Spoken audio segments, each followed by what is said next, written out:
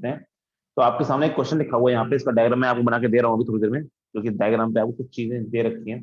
6 charges are placed at the corners of a regular hexagon as shown. अभी वो diagram दे रहा हूँ। If an electron is placed at its centre, force on it. पहले मुझे diagram बनाने दो, रुक जाओ। तो अगर मैं डायग्राम बनाने की कोशिश करता हूँ, आपका डायग्राम बनाने का ऑप्शन नहीं है, दे रहा है, तो चलो कोई नहीं, तो स्ट्रेट लाइन से बनाते हैं। तो यहाँ पे आपको एक डायग्राम दे रखा है, पहले डायग्राम देते हैं, डायग्राम उसको डिस्कस कर लो। तो जो आपको मॉड्यूल भेज दिया गया है, आप उन सवालों को लगा सकते हो। अगर सवाल हो रहे हैं तो बहुत बढ़िया, नहीं हो रहे तो उसको डिस्कस कर लो डिस्कशन ग्रुप पे, आराम से हो जाएंगे। लेकिन करना जरूर, वो अच्छे से कर लो। ध्यान रखो ये चैप्टर बहुत इंपॉर्टेंट है, आपका यहाँ से 2 से 3 क्वेश्चन 100% आएंगे।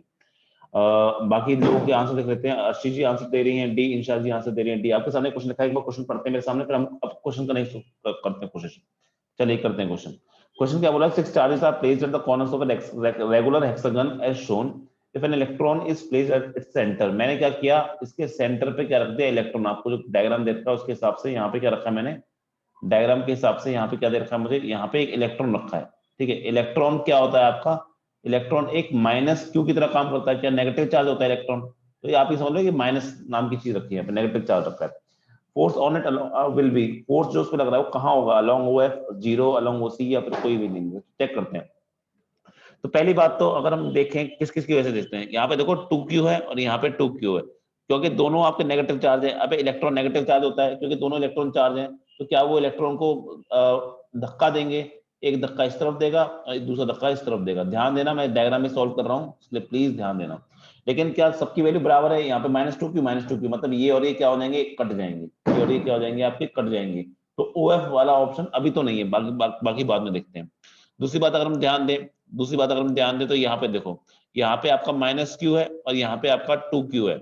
अगर -2q और 2q, तो 2q क्या होगा सर, ये आपका +2q है और ये माइनस का इलेक्ट्रॉन है, तो साफ सी बात है इसको अपनी तरफ अट्रैक्ट करेगा, ठीक है। तो ये आ गया। दूसरा अगर हम फोर्स देखें, दूसरा ध्यान देना फोर्स पे, दूसरा अगर हम फोर्स देखें तो ये माइनस का है, ये माइनस का है, और ये भी इलेक्ट्रॉन क्या होता है, माइनस का, मतलब उसको रिपेल करेगा तो उसको अपने से दूर भेजने की कोशिश करेगा। तो ये वाला फोर्स भी क्या होगा, इसके अब इस तरफ आ जाएगा। ठीक है, अब बात करते हैं आपका इसकी 3q। ये 3q प्लस का है, इलेक्ट्रॉन माइनस का है, तो क्या इसको अपनी तरफ अट्रैक्ट करेगा?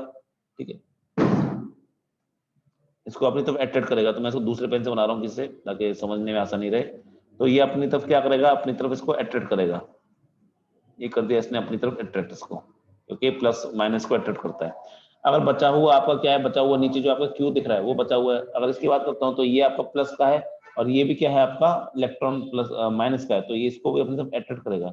लेकिन इतनी सी बात है कि इसका जो भी वैल्यू होगी, इसकी जो भी वैल्यू होगी वो इससे तो कम होगी, क्योंकि ये 3q है और ये q है। अब एक बार इस डायग्राम को अलग से बनाते हैं, तो नेट फोर्स सारे दिख जाएंगे। एक फोर्स आपका इस तरफ है, ठीक है, इसको मैंने F1 बोल दिया, इसको मैंने क्या बोल दिया, आपका F1 बोल दिया। एक फोर्स आपका इसके जस्ट पीछे दिख रहा है, लेकिन ये छोटा होगा, F2, क्यों? क्योंकि इसकी वैल्यू कम है नीचे वाले चार्ज की। एक फोर्स आपका इस तरह से, ठीक है, ये आपका क्या हो गया, इसको मैंने F3 बोल दिया। और एक और फोर्स आपका इस तरह से है, तो उसको मैंने F4 बोल दिया। तो पहली बात तो ये मत सोचना, कुछ बच्चे क्या बोलते हैं सर F1 और F2 एक दूसरे को उल्टे देखे तो काट दूंगा, नहीं काट सकते, बिकॉज F1 आपका साफ साफ दिख रहा है कि F2 से बड़ा निकल के आने वाला है। ठीक है, साफ साफ दिख रहा है कि F2 से बड़ा निकल के आने वाला है। अब बात निकल के आती है कि कितना बड़ा निकल के आने वाला है। तो सुनो, इन सब की अगर वैल्यू लिखता हूं तो F की वैल्यू क्या हो जाएगी, तो F की वैल्यू हो जाएगी आपकी K इंटू 3Q, मैं सीधे लिख रहा हूँ KQ² बाय, मान लो डिस्टेंस क्या है, सारे R हैं, ये छोटे छोटे डिस्टेंस सारे R होंगे। ये 3 कहां से आया, ये 3 आया क्योंकि आप, अच्छा सॉरी 3 के क्यों नहीं, इलेक्ट्रॉन है ना। तो इस F1 की वैल्यू क्या होगी, इस F1 की वैल्यू हो जाएगी आपकी K इंटू इलेक्ट्रॉन। मैंने कहा कि डायरेक्शन में पहले बना चुका हूं, एक बार डायरेक्शन बना चुका हूं, तो अब आपको माइनस प्लस से कोई मतलब नहीं होना चाहिए। तो यहाँ पे लिखो K into 3Q divided by R का स्क्वायर, तो ये हो जाएगा आपका 3KEQ बाय R स्क्वायर। अच्छा क्वेश्चन है। F2 की वैल्यू अगर लिखते हैं तो वो आपको क्या हो जाएगा, वो आपको लिखना है K into E into Q by R square, ये हो जाएगा। तो इसकी वैल्यू क्या निकल के आएगी, इसकी वैल्यू निकल के आएगी आपकी कहाँ गया, KEQ बाय R स्क्वायर, ये निकल के आ गया। अब क्या F1 और F2 एक दूसरे अपोजिट लग रहे हैं, तो मैं क्या करूंगा, बड़े में छोटा माइनस करूंगा, तो नेट आपका क्या होगा, इस तरफ निकल के आएगा। ये क्या निकल के आएगा आपका F1 माइनस F2, इसको मैंने एक तरह से F1 नेट बोल दिया, और इसकी वैल्यू क्या निकल के आएगी, दोनों एक दूसरे में घटा दोगे तो क्या आ जाएगा 2KEQ/R² निकल के आएगा। अब मैं यहाँ पे क्या करता हूँ, सवाल बहुत अच्छा ही है, बच्चे जल्दबाजी में इसको गलत करके आ जाते हैं। तो F3 क्या हो जाएगा आपका, F3 है ये वाला, इसकी वजह से F3 मान लो 2Q की वजह से, तो ये क्या हो जाएगा आपका, ये हो जाएगा आपका K into 2Q into E/R², और आपका F4 मतलब उसकी वजह से, माइनस वाले की वजह से, तो वो क्या हो जाएगा आपका, वो जाएगा आपका K इंटू डायरेक्शन बारे में माइनस प्लस कुछ नहीं लिखना है, सिर्फ डायरेक्शन बारे में लिखना है, क्योंकि सिर्फ मैग्नीट्यूड लिखना है, क्योंकि डायरेक्शन का पहले मेंशन कर चुके हो। तो यहाँ पे हो जाएगा KQE/R²। अगर इन दोनों को तुम जोड़ते हो, क्योंकि दोनों सेम डायरेक्शन में ना, दोनों सेम डायरेक्शन में, तुम क्या करोगे, इनको जोड़ोगे। सही लिए हैं वैल्यूज तो मैंने क्या सही दिए, वैल्यूज में गड़बड़ ना हो जाएगा, क्वेश्चन बहुत गंदा हो जाएगा। ठीक है, जो वैल्यूज हमने ले ली वही सही है। तो यहाँ पे हो जाएगा, तो इन दोनों को हम जोड़ेंगे तो आपका ये नीचे की तरफ नेट फोर्स कितना निकल के आएगा, नीचे की तरफ आपको निकल के आएगा इस तरह से, वो आप उसको F2 नेट बोल दो, तो इसकी वैल्यू क्या निकल के आएगी, इसकी वैल्यू निकल के आएगी 3KEQ/R²। ये बहुत ही बेहतरीन क्वेश्चन है, लगता दिखने में बहुत आसान है वैसे, पर इतना आसान है नहीं। 3KEQ/R² हो गया, यहाँ पे 2K। अब इनके बीच का एंगल कितना है, इनके बीच का एंगल कुछ बच्चों होता है 90 डिग्री है, पर इन दोनों के बीच का एंगल 90 डिग्री नहीं है, इन दोनों के बीच का एंगल 90 डिग्री बिल्कुल नहीं है। अगर 90 डिग्री नहीं है तो आपका कहाँ निकल के आएगा, और फिर एंगल कितना होगा, अगर 90 डिग्री तो कितना होगा, तो ध्यान दो ये हेक्सागन है, अगर हेक्सागन है तो हेक्सागन में ये वाले एंगल कितने होते हैं, 60 का होता है, ये 60 का होता है, और ये भी कितना होता है, 60 का होता है। लेकिन ये वाला फोर्स यहाँ पर है और ये वाला फोर्स यहाँ पर है, तो ये 60 हो गया तो ये भी 60 होगा ना। तो टोटल एंगल कितना है, ये टोटल एंगल 120 डिग्री है। टोटल एंगल कितना है ये आपका 120 डिग्री है। ठीक है, अगर ये 120 डिग्री निकल के आ रहा है तो आपका नेट रिजल्टेंट फोर्स क्या कहाँ निकल के आएगा, अब उस पर बात करते हैं। तो एक हो गया आपका इस तरह से, एक हो गया इस तरफ से, ठीक है, इस तरह से हो गया, तो ये कितना हो जाएगा, ये हो जाएगा 60 डिग्री, और ये भी कितना हो जाएगा आपका 60 डिग्री हो जाएगा। तो इसका F1 नेट का एक ऊपर कंपोनेंट लेंगे, F1 नेट का ऊपर कंपोनेंट लेंगे, तो अब सुनो, क्योंकि जब F नेट का ऊपर कंपोनेंट लोगे तो क्यों, ये भी एंगल क्या है आपका 30 डिग्री, और ये भी एंगल क्या है 30 डिग्री है, तो ऊपर क्या निकल के आएगा आपका F1 नेट cos 30 निकल के आएगा, और यहां से क्या होगा आपका, नीचे क्या निकल के आएगा, F2 नेट cos 30 निकल के आएगा। अब क्योंकि F1 नेट और F2 नेट की वैल्यू बराबर नहीं है तो ये कैंसिल आउट नहीं होंगे, और अगर कैंसिल आउट नहीं होंगे तो साफ सीधा मतलब है कि इसका जो डायरेक्शन है, जो नेट डायरेक्शन है वो आपकी ऐसे निकल के तो नहीं आएगी। ऐसे निकल के कब आती, जब आपका इसका ये वाला कंपोनेंट और इसका ये वाला कंपोनेंट आपस में कट जाते, लेकिन ये दोनों कटेंगे नहीं। क्यों नहीं कटेंगे, क्योंकि आपके दोनों की इसकी वैल्यू और इसकी वैल्यू बराबर नहीं है, इसलिए कटेंगे नहीं, इसलिए ये आंसर नहीं निकलेगा। आंसर क्या निकलेगा, पहली बात तो क्या अलोंग OF निकलेगा, वो तो हम पहले कह चुके, वो तो होगा ही नहीं। ठीक है, क्या जीरो है, जीरो भी नहीं है, क्या अलोंग OC है, बस यही सबसे बड़ा क्वेश्चन था। क्या आप आधे बच्चे बिना सोचे समझे, वैसे तो काफी बच्चों ने बिना सोचे समझे मारा होगा, वैसे ऐसे मार के आ जाते हैं कि सर एक ऊपर है ऐसे है, एक नीचे ऐसे है, एक ऊपर ऐसे एक नीचे, तो F नेट क्या निकल के आ जाएगा ऐसे, पर ऐसा नहीं कर सकते, क्योंकि अगर इसकी वैल्यू और इसकी वैल्यू बराबर होती तब बीच में निकल के आता। अब ये दोनों बराबर नहीं है तो बीच में नहीं निकल के आएगा, मतलब अलोंग OC भी निकल के नहीं आएगा। आंसर क्या हो जाएगा आपका डी। बहुत सारे बच्चों ने आंसर डी दिया था, आई डोंट नो कि आपने क्या सोच के आंसर डी दिया था, यही सोच के दिया था कि नहीं दिया था, पर हाँ आंसर इसका डी ही है। क्वेश्चन बहुत बेहतरीन क्वेश्चन है, ठीक है, बहुत ही बेहतरीन क्वेश्चन में से एक क्वेश्चन मैं इसको मान सकता हूँ, पर ऐसा नहीं कि हो नहीं सकता, हो भी सकता है। वीडियो बंद करो, शाबाश। ठीक है, तो क्वेश्चन बहुत अच्छा है, बहुत अच्छा क्वेश्चन है, लेकिन वो ये है कि भाई तुक्के से भी कुछ लोगों ने डी मार दिया था। क्या जिन्होंने डी आंसर मारा उन्होंने यही सब सोचा था कि इतना जितना मैंने बताया है। देखो, आपका आंसर आना एक अलग बात होती है, या मैं भी आंसर लेके आया तो वो अलग बात होती है। आपका आंसर सही आ गया, मैं बोलता हाँ भाई मैक्सिमम तो आंसर सही है तो सही मान लो, लेकिन एक्चुअल तरीका क्या होता है वो पता होना जरूरी है। तो क्वेश्चन बहुत ही अच्छी क्वेश्चन की कैटेगरी में आता है। आई होप कि आप सबको क्वेश्चन अरे समझ में आया कि नहीं आया। हार्ड है आसान है वो तो सेकेंडरी होता है, हार्ड आसान होना सेकेंडरी बात है, मेन मुद्दा है कि आपको समझ में आया कि नहीं आया। अरे बोल जाओ जल्दी से। ठीक है, अच्छा क्वेश्चन था, क्योंकि इसमें वो चीज नहीं है कि जो अब बस आप बच्चे क्वेश्चन देख के आंसर निकाल दो। चलो एक क्वेश्चन और कर लेते हैं, ये क्वेश्चन आप बताना, एक क्वेश्चन और करते हैं। इस तरह के कुछ क्वेश्चन है, उसमें भी आपको डायरेक्शन पे फोकस करना है। आपके सामने मैंने आपको एक स्क्वायर टाइप की चीज दे रखी है, मैंने आपको एक स्क्वायर दे दिया मान लो इस तरह से, ठीक है।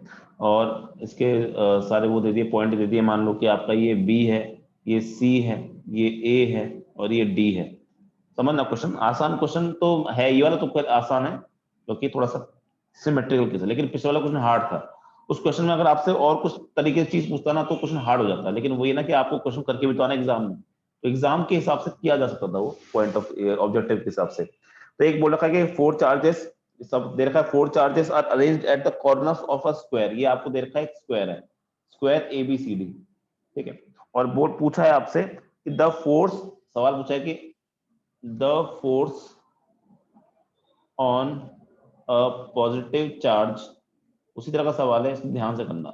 The force on a positive charge, पर उतना हार्ड नहीं है, kept at the centre of the square. Centre of the square पे मैंने क्या किया है, एक पॉजिटिव चार्ज को उठा के रख दिया है। तो बताइए, आगे बोल रखा है कि जो नेट फोर्स होगा वो कहाँ होगा, मतलब वो 0 होगा कि बी आपका अलोंग AC होगा, सी आपका अलोंग BD होगा, या डी आपका परपेंडिकुलर टू AB होगा। बताइए, ये तो इजी क्वेश्चन है, उससे तो कम से कम ये तो बता देना चाहिए आपको। बताओ आंसर क्या होगा, जल्दी बताओ। क्वेश्चन है, एक स्क्वायर दे रखा है आपको और मैंने बोला कि इसका सेंटर पे आपने एक चार्ज रख दिया, पॉजिटिव चार्ज रखा है। तो बताओ कि आपका, देखो पॉजिटिव और नेगेटिव का बहुत इंपॉर्टेंस होती है क्योंकि उसका सोच के आप डायरेक्शन बनाते हो। एक बार आपने डायरेक्शन बना दी ना तो फिर उसके मैग्नीट्यूड में कोई चिंता नहीं करनी है, उसके मैग्नीट्यूड के बारे में बिल्कुल सोचने की जरूरत नहीं है। एक बार अगर आपने बना दिया उसकी डायरेक्शन फिगर में, तो उसके बाद आपको उसके चिंता करने की जरूरत नहीं है कि उसका मैग्नीट्यूड क्या है। मैग्नीट्यूड हमेशा पॉजिटिव लिखा करो, तो डायरेक्शन आपने फिगर में मेंशन कर चुके हो। जल्दी बताओ।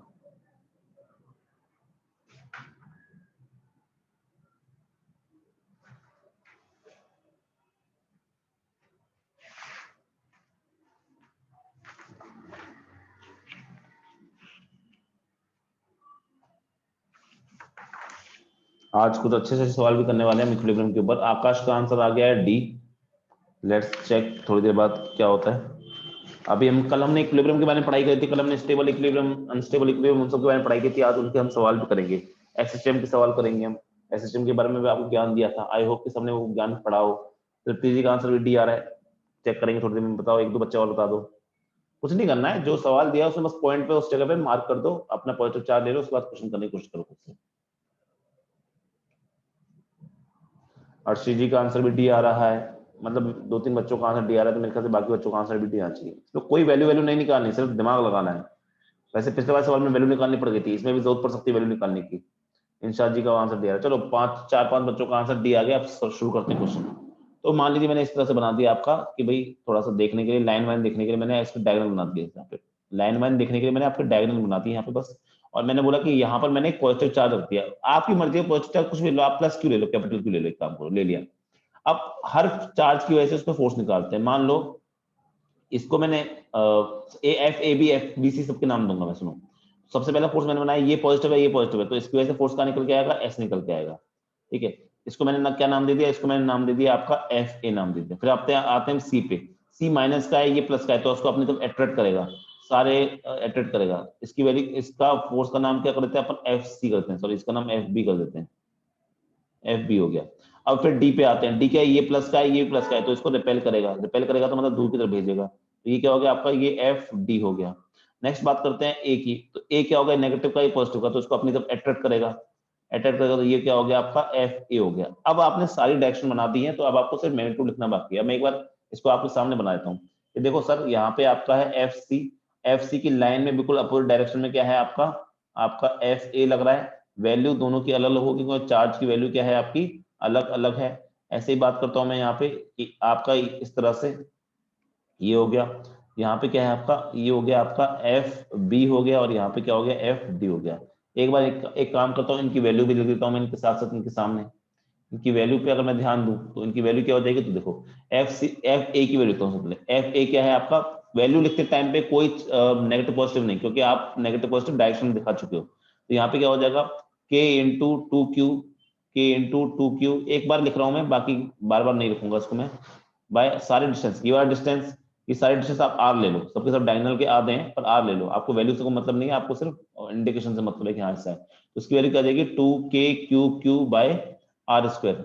अब मैं बाकी को डायरेक्ट लिख रहा हूँ तो आई होप कि समझ में आएगा। एफ डी, डी यहाँ पे रखा है, प्लस 2q चार्ज है, ये q चार्ज है, तो आप इसकी सीधी वैल्यू लिखोगे क्या, इसकी वैल्यू लिखो 2k by R square. F C की वैल्यू बात करता हूँ ये, तो ये माइनस क्यू है, ठीक है, और ये आपका प्लस क्यू है। माइनस से कोई मतलब नहीं है क्योंकि डायरेक्शन में आप दिखा चुके हो माइनस प्लस को, तो यहाँ पे क्या लिखोगे आप, सिंपल लिखोगे k by R square. Next बचा है एफ बी लिखते टाइम पे डायरेक्शन मेंशन कर रखी है, इसलिए माइनस प्लस का कोई लोचा नहीं है, वैसे यहाँ पे लोचा है भी नहीं, तो यहाँ पे सीधे वैल्यू लिखोगे कि ये एफ बी हो गया ये नीचे वाला, और इसकी क्या है, ये क्यू है, ये क्यू है, तो ये क्या हो जाएगा आपका क्यू बाय आर स्क्वायर। सारी वैल्यू लिख दी आपने, ठीक है। सारी वैल्यू लिखने के बाद अब हम नेट निकालने की कोशिश करते हैं, नेट का निकल के आएगा, तो ध्यान दो मैं क्या देख रहा हूँ सर, मैं ये बात एक अच्छी बात देखने को क्या मुझे मिल रही है सर, क्या है कि ये वाला फोर्स और ये वाला फोर्स क्या बराबर है, हाँ सब बराबर है।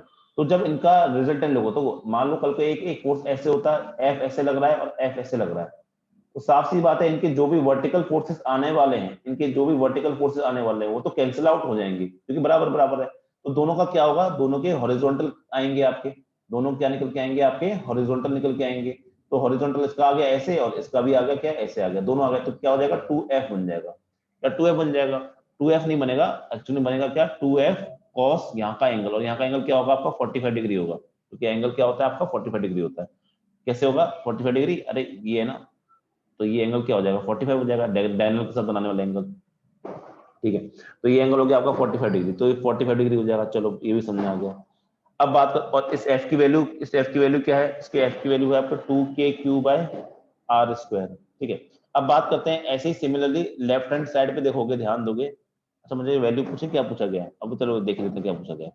तो अगर मैं बात करता हूँ यहाँ पे क्या है, यहाँ पे अगर तुम ध्यान दो तो वही सब कुछ लिखा हुआ है, बस फर्क क्या है यहाँ पे 2 है, तुम ध्यान दो तो ये क्या लिखा है k बाय आर स्क्वायर, तो यही है, और ये क्या है 2k बाय आर स्क्वायर है, और ये क्या है, ये जो छोटा सा पार्ट है ये कुछ नहीं है, f के बराबर ही तो है, ये इसका डबल ही तो लिखा है, तो यहाँ पे क्या है, यहाँ पे 2f है, और यहाँ पे भी क्या है आपका, यहाँ पे भी 2f है। फिर से अगर दिमाग लगाए तो हम एक बात बोल सकते हैं सर कि अगर इसका वर्टिकल कंपोनेंट लेंगे, इसका वर्टिकल कंपोनेंट लेंगे, तो ये दोनों के वर्टिकल कंपोनेंट होंगे क्या, टूट जाएंगे, लेकिन फिर इनका क्या निकल के आएगा, इनका हॉरिजॉन्टल कंपोनेंट निकल के आएगा।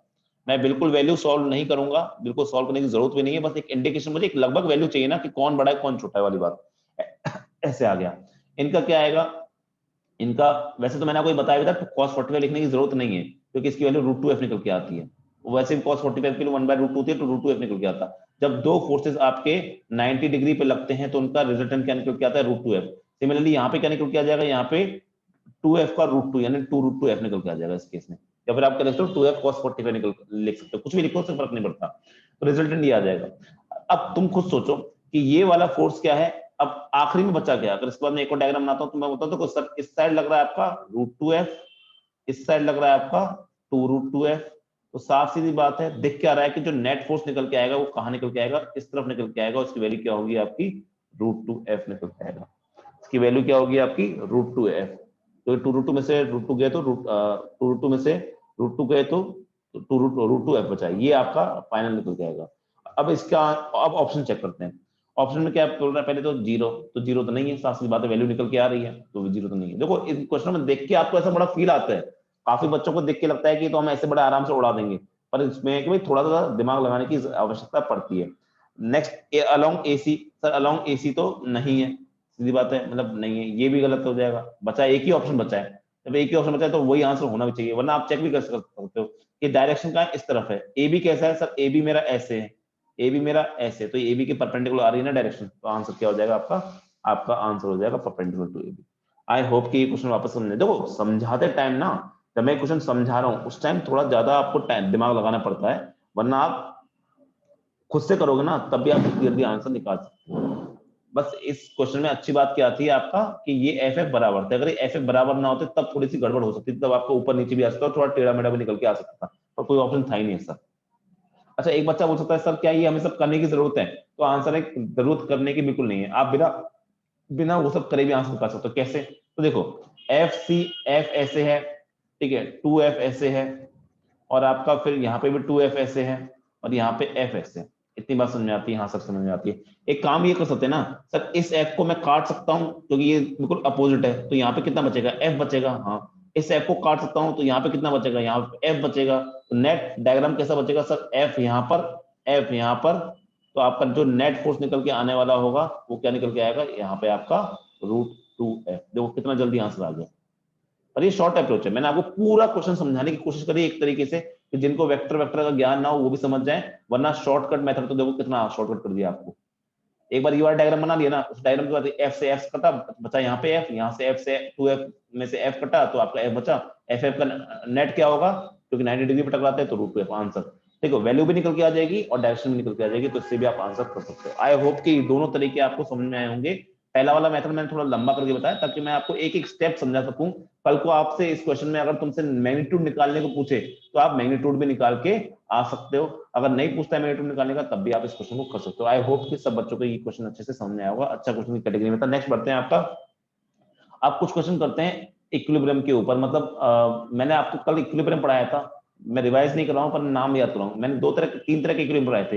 एक होता है स्टेबल, एक होता है आपका अनस्टेबल इक्विलिब्रियम, और तीसरा होता है आपका क्या, इसका नाम था आपका न्यूट्रल इक्विलिब्रियम। अनस्टेबल इक्विलिब्रियम क्या होता है? अगर चार्ज की केस में उसको पढ़ें तो अनस्टेबल इक्विलिब्रियम का, स्टेबल इक्विलिब्रियम का मतलब क्या होता है? जब आपका चार्ज को मैं उसकी इक्विलिब्रियम पोजीशन से हटाऊं और ये वापस से अपनी इक्विलिब्रियम पोजीशन चले जाए तो उसको मैं क्या बोलता हूं? स्टेबल इक्विलिब्रियम बोलता हूं। अनस्टेबल इक्विलिब्रियम क्या होता है आपका? जब आपके चार्ज को मैं अपनी इक्विलिब्रियम पोजीशन से हटाऊं और वो वापस कभी ना जाए अपनी इक्विलिब्रियम पोजीशन पे, तो उसको हम क्या बोलते हैं? अनस्टेबल इक्विलिब्रियम बोलते हैं। और थर्ड क्या होता है? Neutral equilibrium. न्यूट्रल इक्विलिब्रियम क्या होता है? किसी चार्ज को मैं अपनी पोजीशन से हिलाऊं तो वो फिर नई जगह पे जब पहुंच जाएगा तो उस नई जगह पे भी क्या आ जाएगा? वो वापस से नए नए इक्विलिब्रियम में आ जाएगा, तो उसको हम बोलते हैं न्यूट्रल इक्विलिब्रियम।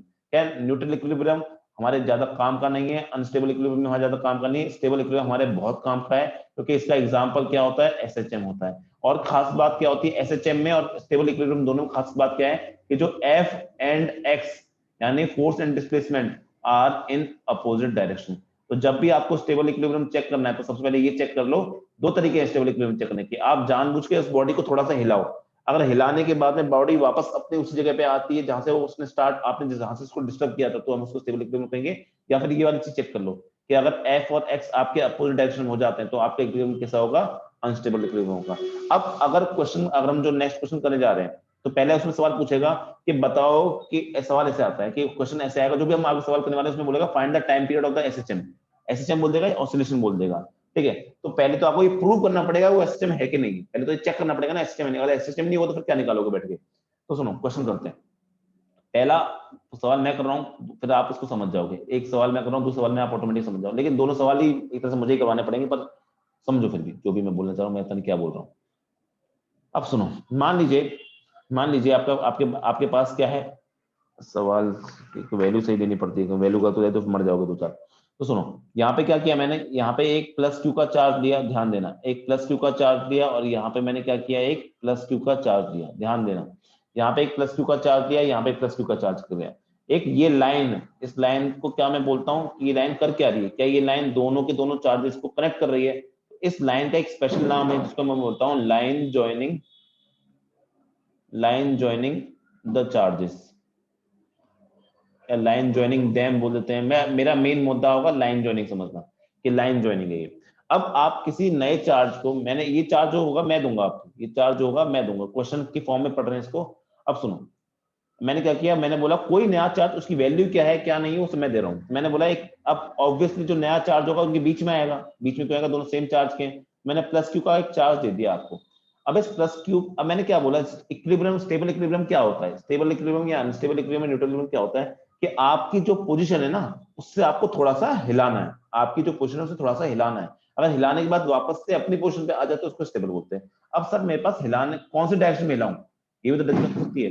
तो वो सवाल आपको बताएगा, सवाल बताएगा आपको किस डायरेक्शन में हिलाना है। तो आपको पता है दो डायरेक्शन होती है हमेशा, क्योंकि आप परपेंडिकुलर डायरेक्शन बिलीव करते हो ना, एक्स वाई जेड तीनों एक दूसरे परपेंडिकुलर होते हैं, तो एक्स ये होती है। तो आपको दो डायरेक्शन में हिला सकता है, एक होता है कि आप उसको इस डायरेक्शन में हिलाओ यानी along the line joining the charges, और दूसरा क्या हो सकता है आपका कि उसको perpendicular to the line joining the charges. तो यहाँ पे दो केस बनते हैं, दो केस बनते हैं आपके। फर्स्ट केस क्या हो जाएगा आपका कि अगर मैं प्लस क्यू चार्ज को मूव कर रहा हूं along the line joining, along the line joining अगर उसको मूव कराऊं तो क्या होगा, तो कौन सा इक्विलिब्रियम होगा, अगर स्टेबल होगा अनस्टेबल होगा, अगर स्टेबल होगा तो एसएचएम होगा कि नहीं होगा, एसएचएम होगा तो उसका निकालना होगा मुझे टाइम पीरियड, ठीक है। दूसरा केस क्या हो सकता है, दूसरा केस हो सकता है आपका, सेकंड केस हो सकता है आपका कि मैं उसको कहां मूव कराऊं, मैं उसको मूव कराता हूं आपका perpendicular to the line joining, यानी ऊपर नीचे की तरफ, किसी भी एक तरफ perpendicular to the line joining. अगर perpendicular to the line joining में उसको मूव करवाता हूँ, फिर वही सवाल बनता है कि क्या आपका एसएचएम स्टेबल इक्विलिब्रियम होगा कि नहीं होगा, सारी बात। तो पहले हम ये चेक कर लेते हैं स्टेबल इक्विलिब्रियम होगा कि नहीं होगा। अगर स्टेबल इक्विलिब्रियम होगा तभी आपका वो एसएचएम होगा, तभी आप आगे टाइम पीरियड की बात करने वाले हो। टाइम पीरियड कैसे निकालना है वो सब मैंने लास्ट क्लास में आपको स्टार्टिंग में पढ़ाया था, तो उसको एक बार रिवाइज कर लेना अगर किसी को याद ना हो तो। अब सुनो, अलोंग द लाइन ज्वाइनिंग मुझे अगर पता करना है, अलोंग द लाइन ज्वाइनिंग अगर मुझे पता करना है कि आपका जो बीच वाला चार्ज है वो स्टेबल इक्विलिब्रियम में है कि नहीं है, तो सुनो क्या करेंगे, हम जानबूझ के क्या करते हैं, हम जानबूझ के क्या करते हैं, उसको थोड़ा सा डिस्प्लेस कर देते हैं, थोड़ा सा डिस्प्लेस कर देते हैं, डिस्टर्ब कर देते हैं, जो शब्द का इस्तेमाल करना है करो, कोई दिक्कत नहीं है। हम जानबूझ के उसको डिस्प्लेस करते हैं। अब सवाल ने बोल रखा है कि आपको किस डायरेक्शन में डिस्प्लेस करना है, लाइन ज्वाइनिंग में, मतलब मैंने यहाँ पे +2 रखा था, ये इनिशियल क्या थी आपकी, ये थी आपकी इक्विलिब्रियम पोजीशन। ये कौन सी पोजीशन थी आपकी, it this was your equilibrium position. अब मैं यहाँ से इस +q को थोड़ा सा खिसकाता हूँ, अपनी मर्जी से मैंने इसको खिसकाया x इस तरफ। कोई बोलेगा सर आपने राइट की तरफ खिसकाया क्यों, आप तो लेफ्ट की तरफ भी खिसका सकते थे, तो उसका आंसर भी सही है, हाँ आप लेफ्ट की तरफ भी खिसका सकते हो। अब मैंने इसको खिसका के यहाँ पे करके यहाँ पे रिलीज कर दिया, यहाँ पे क्या कर दिया मैंने, छोड़ दिया। अब मेरा मेन मुद्दा ये पता करना है कि यहाँ पे छोड़ने के बाद, यहाँ पे छोड़ने के बाद आपका ये चार्ज कहाँ जाने वाला है। अगर ये वापस से इक्विलिब्रियम पोजीशन की तरफ जाता है, अगर ये वापस से इक्विलिब्रियम पोजीशन की तरफ जाता है तो मैं कहूंगा ये स्टेबल इक्विलिब्रियम है। अगर ये वापस से इक्विलिब्रियम पोजीशन की तरफ नहीं जाता है तो ये आपका अनस्टेबल इक्विलिब्रियम बन जाएगा, ठीक है। तो वही चेक करना हमारा काम हो जाएगा। अब कैसे चेक करें, तो ध्यान दो, ध्यान दो, मान लो कि आपका, अगर मैं इसमें फोर्स बनाता हूँ इस टाइम पे, देखो सारे सारे खेल फोर्स का ही है। अगर मैं फोर्स बनाता हूँ तो मान लो ये स्टार्टिंग में आपका टोटल बीच का डिस्टेंस इनका जो मैंने दे नहीं रखा ऊपर, वो एल था, वैसे ऊपर देना चाहिए था, टोटल डिस्टेंस क्या है आपका, एल था मान लो, ठीक है, एल था। तो ये अब यहां से डिस्टेंस क्या हो जाएगा सर, यहां से डिस्टेंस हो जाएगा आपका एल माइनस एक्स हो जाएगा, और यहां से डिस्टेंस क्या हो जाएगा इसका, यहां से डिस्टेंस हो जाएगा आपका एल माइनस नहीं sorry L by two minus x, सही है ना, हाँ एल बाय टू माइनस, और ये क्या हो जाएगा आपका एल/2 प्लस एक्स हो जाएगा, ये आधे आधे से बढ़ाया ना इसको, हाँ ठीक है। अब क्या होगा, अब मैं +q पे फोर्स निकालना चाहता हूँ, तो ध्यान देना, अच्छा सवाल है लेकिन जो समझ जाएगा एक बार में समझ जाएगा। अब मैं इसको एक काम करता हूँ, इसको 1 बोल देता हूँ, इसको 2 बोलता हूँ, 1 2 इसलिए बोल रहा हूँ ताकि मेरे F1 F2 बनाना आसान हो। F1 क्या होगा, F1 आपका इस तरफ लगेगा क्योंकि आपके सेम चार्जेस हैं, सेम नेचर चार्जेस है, तो इस तरफ लगेगा। F2 कहाँ लगेगा, F2 यहाँ पे लगेगा। अब मैं अगर इनकी वैल्यू लिखना चाहता हूँ तो F2 की वैल्यू क्या होगी सर, F2 की वैल्यू होगी आपकी k, वैल्यू लिखते टाइम पे कोई चार्ज नेगेटिव पॉजिटिव कॉम्बिनेशन सुनो, तो k क्यू क्यू बाय आपका नीचे हो जाएगा क्या, इसके नीचे ये F2 है ना, F2 कहाँ से आ रहा है आपका इसकी तरफ, तो ये हो जाएगा L/2 प्लस एक्स का होल स्क्वायर, ये हो जाएगा। हाँ सर, F1 की वैल्यू लिखता हूँ तो आपको दिखेगा क्या, k क्यू क्यू। अब अपना जल्दी से मोबाइल या जिस पे पढ़ रहे हो हाथ में ले लो, क्योंकि मैं आपसे एक चीज पूछने वाला हूँ, जल्दी से अपने हाथ में ले लो, आपको एक चैट में कुछ लिखना होगा, वो मैं पूछने वाला हूँ। मुझे आप लोग दिमाग लगा के बताओ, आप लोग दिमाग लगा के बताओ कि F1 और F2 में से बड़ा कौन है, जल्दी बताओ, F1 और F2 में से बड़ा कौन है, क्योंकि इसी पे मेरी चीज डिपेंड करने वाली है आगे। F1 और F2 में से बड़ा कौन है, जल्दी बताओ। एक सवाल समझ में आ गया ना तो दूसरा सवाल करने में आसानी हो जाएगी।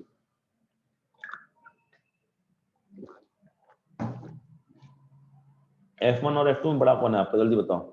तो ऋतु जी का आंसर आया है आपका F1, मीनू जी का आंसर है 1, मीनू जी का आंसर 1, मुकुल का आंसर 1, आकाश का आंसर F11, ठीक है, सोनी का आंसर F1, आकाश का आंसर F1, सुमाना जी का आंसर 1, अर्शी जी का आंसर 1। तो बहुत समझदार तुम लोगों को, मुझे बताने की जरूरत नहीं, क्यों नहीं होगा कि नीचे वाला डिस्टेंस छोटा है, जिसका डिस्टेंस छोटा है उसका फोर्स बड़ा होगा।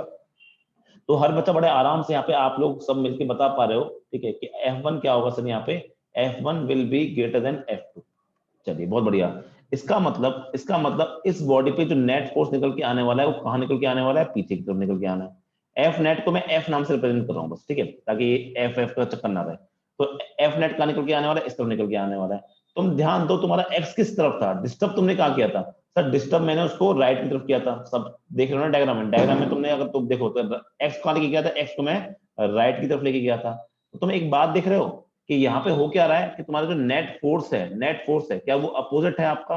मैं बोलता हूँ जो F is opposite to displacement या फिर x, ठीक है। इसका मतलब क्या है? इसका मतलब पहली बात तो ऐसा एसएचएम में होता है, ठीक है। दूसरी बात इसका मतलब तुम ये भी ध्यान दो, अगर मैंने अपने चार्ज को राइट की तरफ खींच के छोड़ दिया और उस पे जो नेट फोर्स है वो लेफ्ट की तरफ आ रहा है, इसका क्या मतलब है? इसका ये मतलब है कि क्या आप अगर आप उस चार्ज को वहां छोड़ देते हो तो क्या वो लेफ्ट की तरफ भागेगा? और तुम ध्यान दो, अगर तुम ध्यान दो तो उसका जो इक्विलिब्रियम पोजीशन थी वो भी कहाँ थी? लेफ्ट की साइड थी। मतलब अगर मैं उसको छोड़ दूंगा तो क्या वो वापस से आपको किस तरफ भागेगा? लेफ्ट की तरफ भागेगा, यानी इक्विलिब्रियम की तरफ भागेगा। अगर इक्विलिब्रियम की तरफ भाग रहा है, या फिर दूसरा स्टेटमेंट क्या है कि F is opposite to x, तो मैं क्या पूछता हूँ? ये सर मेरा किसका एग्जाम्पल होगा? This will be an example of stable equilibrium. आई कि नहीं आई वाली बात समझ में? पहले ये बता दो, हर बच्चों को ये बात समझ में आई कि नहीं आई कि स्टेबल इक्विलिब्रियम होगा? अगर ये समझ में नहीं आएगा आपको स्टेबल इक्विलिब्रियम है, तो एसएचएम का सवाल तो बचा है जो बाद में करेंगे अपन। क्या हर बच्चों को ये बात समझ में आई कि स्टेबल इक्विलिब्रियम कैसे प्रूव कर दिया मैंने और कैसे हुआ? हर बच्चों को समझ में आया? कुछ नहीं करना, मैंने समझाने में इसको काफी मेहनत लगाई है, आपको कुछ नहीं करना, उसको खिसकाना, उसको खिसकाने के बाद उस पर फोर्स देखना, जिस तरफ ज्यादा फोर्स उस तरफ नेट फोर्स होगा। अगर नेट फोर्स आपका एक्स के अपोजिट है, या फिर आप ये दिमाग लगाओ कि एफ नेट जहां पे होगा वहां बॉडी जाएगी, अगर वापस से इक्विलिब्रियम पोजीशन की तरफ जा रही है तो वो स्टेबल इक्विलिब्रियम होगा। आई होप कि हर बच्चे को ये समझ में आ गया होगा कि स्टेबल इक्विलिब्रियम कैसे, और अगर ये स्टेबल इक्विलिब्रियम का है तो ये एग्जांपल आपका एसएचएम का भी एग्जांपल हो सकता है। हो सकता है क्यों बोल रहा हूँ? क्योंकि एक्स की वैल्यू अगर बहुत छोटी ले रहे हो तभी एसएचएम होगा। एसएचएम में जो भी आपके डिस्प्लेसमेंट होते हैं ना वो छोटे होते हैं, बहुत बड़े डिस्प्लेसमेंट नहीं होने चाहिए। अब ये एसएचएम तो प्रूव कर दिया आपने, अब सवाल आता है कि find the time period. SHM का कोई टाइम पीरियड होता है ना? Find the time period of SHM बोलता है, या फिर टाइम सिंपल कभी कोई अलग भाषा में इसको ऑसिलेशन बोलता है, बात एक ही है। एसएचएम का मतलब हार्मोनिक यानी ऑसिलेशन ही होता है। फिर टाइम पीरियड निकालते हैं। अब टाइम पीरियड कैसे निकालेंगे ये बात भी डाउट आता है, तो सुनो एक काम करते हैं, उसके लिए अगले पेज पे जाते हैं। तो जब टाइम पीरियड निकालते हैं, ध्यान देना काफी अच्छी चीज यहाँ पे निकल के आएगी। जब मैं यहाँ टाइम पीरियड की बात करता हूँ तो टाइम पीरियड के लिए मुझे क्या करना है? टाइम पीरियड के लिए याद करो, मैंने आपको लास्ट टाइम पे पढ़ाया था एसएचएम, तो मैंने बताया था करना क्या होगा। सबसे पहले आपको करना क्या है? F is equal to minus K X type की इक्वेशन बनानी है, जिसमें ये के एसएचएम होता है, ठीक है। इसके बाद जो टाइम पीरियड होता है, वो टाइम पीरियड का फॉर्मूला क्या था आपका? It was 2 pi under root M by K. ये एम क्या है? मास ऑफ चार्ज, और के क्या है? एसएचएम वाला। अगर आपने एक बार एक के निकाल लिया, उसके बाद आप क्या करोगे? मतलब पहले आप इस तरह की क्वेश्चन बनाओ जिसमें एक्स क्या होगा? डिस्प्लेसमेंट होगा, एफ क्या होगा? फोर्स होगा, माइनस क्या होगा? ये आपका रिप्रेजेंट करता है आपका मतलब डायरेक्शन को, कि direction of force and X are opposite. उसके बाद आप टी ऐसे निकाल सकते हो। तो मेन मुद्दा ये है। अब बात ये टाइम पीरियड कैसे निकाला है इस सवाल का। तो इस सवाल में करना क्या है? एफ क्या होता है? एफ नेट होता है। तो एफ नेट क्या आया निकल के? अगर मैं पीछे एक बार वापस आपको लौटा के ले जाऊं तो यहाँ पे क्या ध्यान दो कि सर मेरा जो एक्स था वो राइट की तरफ था, लेकिन जो एफ नेट है वो कहाँ पे है? एफ नेट आपका पीछे की तरफ है, लेफ्ट की तरफ है। तो ध्यान दो, तो इतना तो पहले ही पता है बच्चों को कि एफ नेट कहाँ आ रहा है? पीछे की तरफ है। तो मैंने क्या माना? मैंने मान लिया कि आपका ये पॉजिटिव डायरेक्शन है, तो ऑटोमेटिकली ये डायरेक्शन क्या हो गई आपकी? Negative direction. क्योंकि जनरली जो एक्स की डायरेक्शन होती है ना उसको मैं पॉजिटिव लेके चलता हूँ, तो एक्स की डायरेक्शन ये है तो उसको मैंने पॉजिटिव मान दिया। तो एफ नेट की डायरेक्शन कहाँ है? पीछे की तरफ। तो ऑटोमेटिकली तो मैं बिना सोचे समझे तुम ये बात तो लिख सकते हो कि जो तुम्हारा एफ नेट होगा उसको बिना सोचे समझे तुम माइनस तो पहले लगा दो। अब बात यह है कि मैं इसको क्या minus F one minus F two लिख सकता हूँ। सर ये एफ वन एफ टू कहाँ से है? पीछे वापस जाओ। एफ वन क्या हो जाएगा? एफ वन ये था, और एफ टू क्या था? ये था। एफ वन बड़ा था, एफ टू छोटा था, तो मैं हमेशा F one minus F two लिखूंगा। ध्यान दो मैंने माइनस क्यों लगाया है? मैंने माइनस इसलिए लगाया है क्योंकि आपका ये एक्स के अपोजिट डायरेक्शन में, इस तरफ आपने पॉजिटिव लिया, इस तरफ आपका नेगेटिव, तो पहले माइनस लगा दिया। और ये मेरे ये डायरेक्शन रिप्रेजेंट करता है, और ये मेरी मैग्नीट्यूड। अब सबकी वैल्यू लिख देता हूँ। यहाँ पे वैल्यू क्या हो जाएगी? यहाँ पे हो जाएगी के Q Q by L by two minus x square. Question बहुत अच्छा है और थोड़ा लंबा जाएगा, इतना आसान नहीं है, दिखता है आसान। के क्यू क्यू बाय यहाँ पे क्या हो जाएगा? L plus two by plus x का होल स्क्वायर। अब इस क्वेश्चन को सॉल्व करने की अपन थोड़ी सी मेहनत करते हैं, कोशिश करते हैं। सुनो, तो यहाँ पे क्या होगा? यहाँ पे के क्यू क्यू कॉमन हो जाएगा, के क्यू कॉमन हो जाएगा, इसको बाहर निकाल लेते हैं। यहाँ पे आ जाएगा के क्यू क्यू कॉमन हो गया, अंदर क्या बचा है आपका? अंदर बचा है आपका L by two minus x का whole square minus one upon L by two plus x का होल स्क्वायर। अब इसको सॉल्व करना है, इसको सॉल्व करते हैं, थोड़ा सुनो। इसको जब सॉल्व करते हैं तो सॉल्व करने का पूरा पूरा आखिरी तक आपका आंसर निकालूंगा, इसलिए प्लीज बने रहो।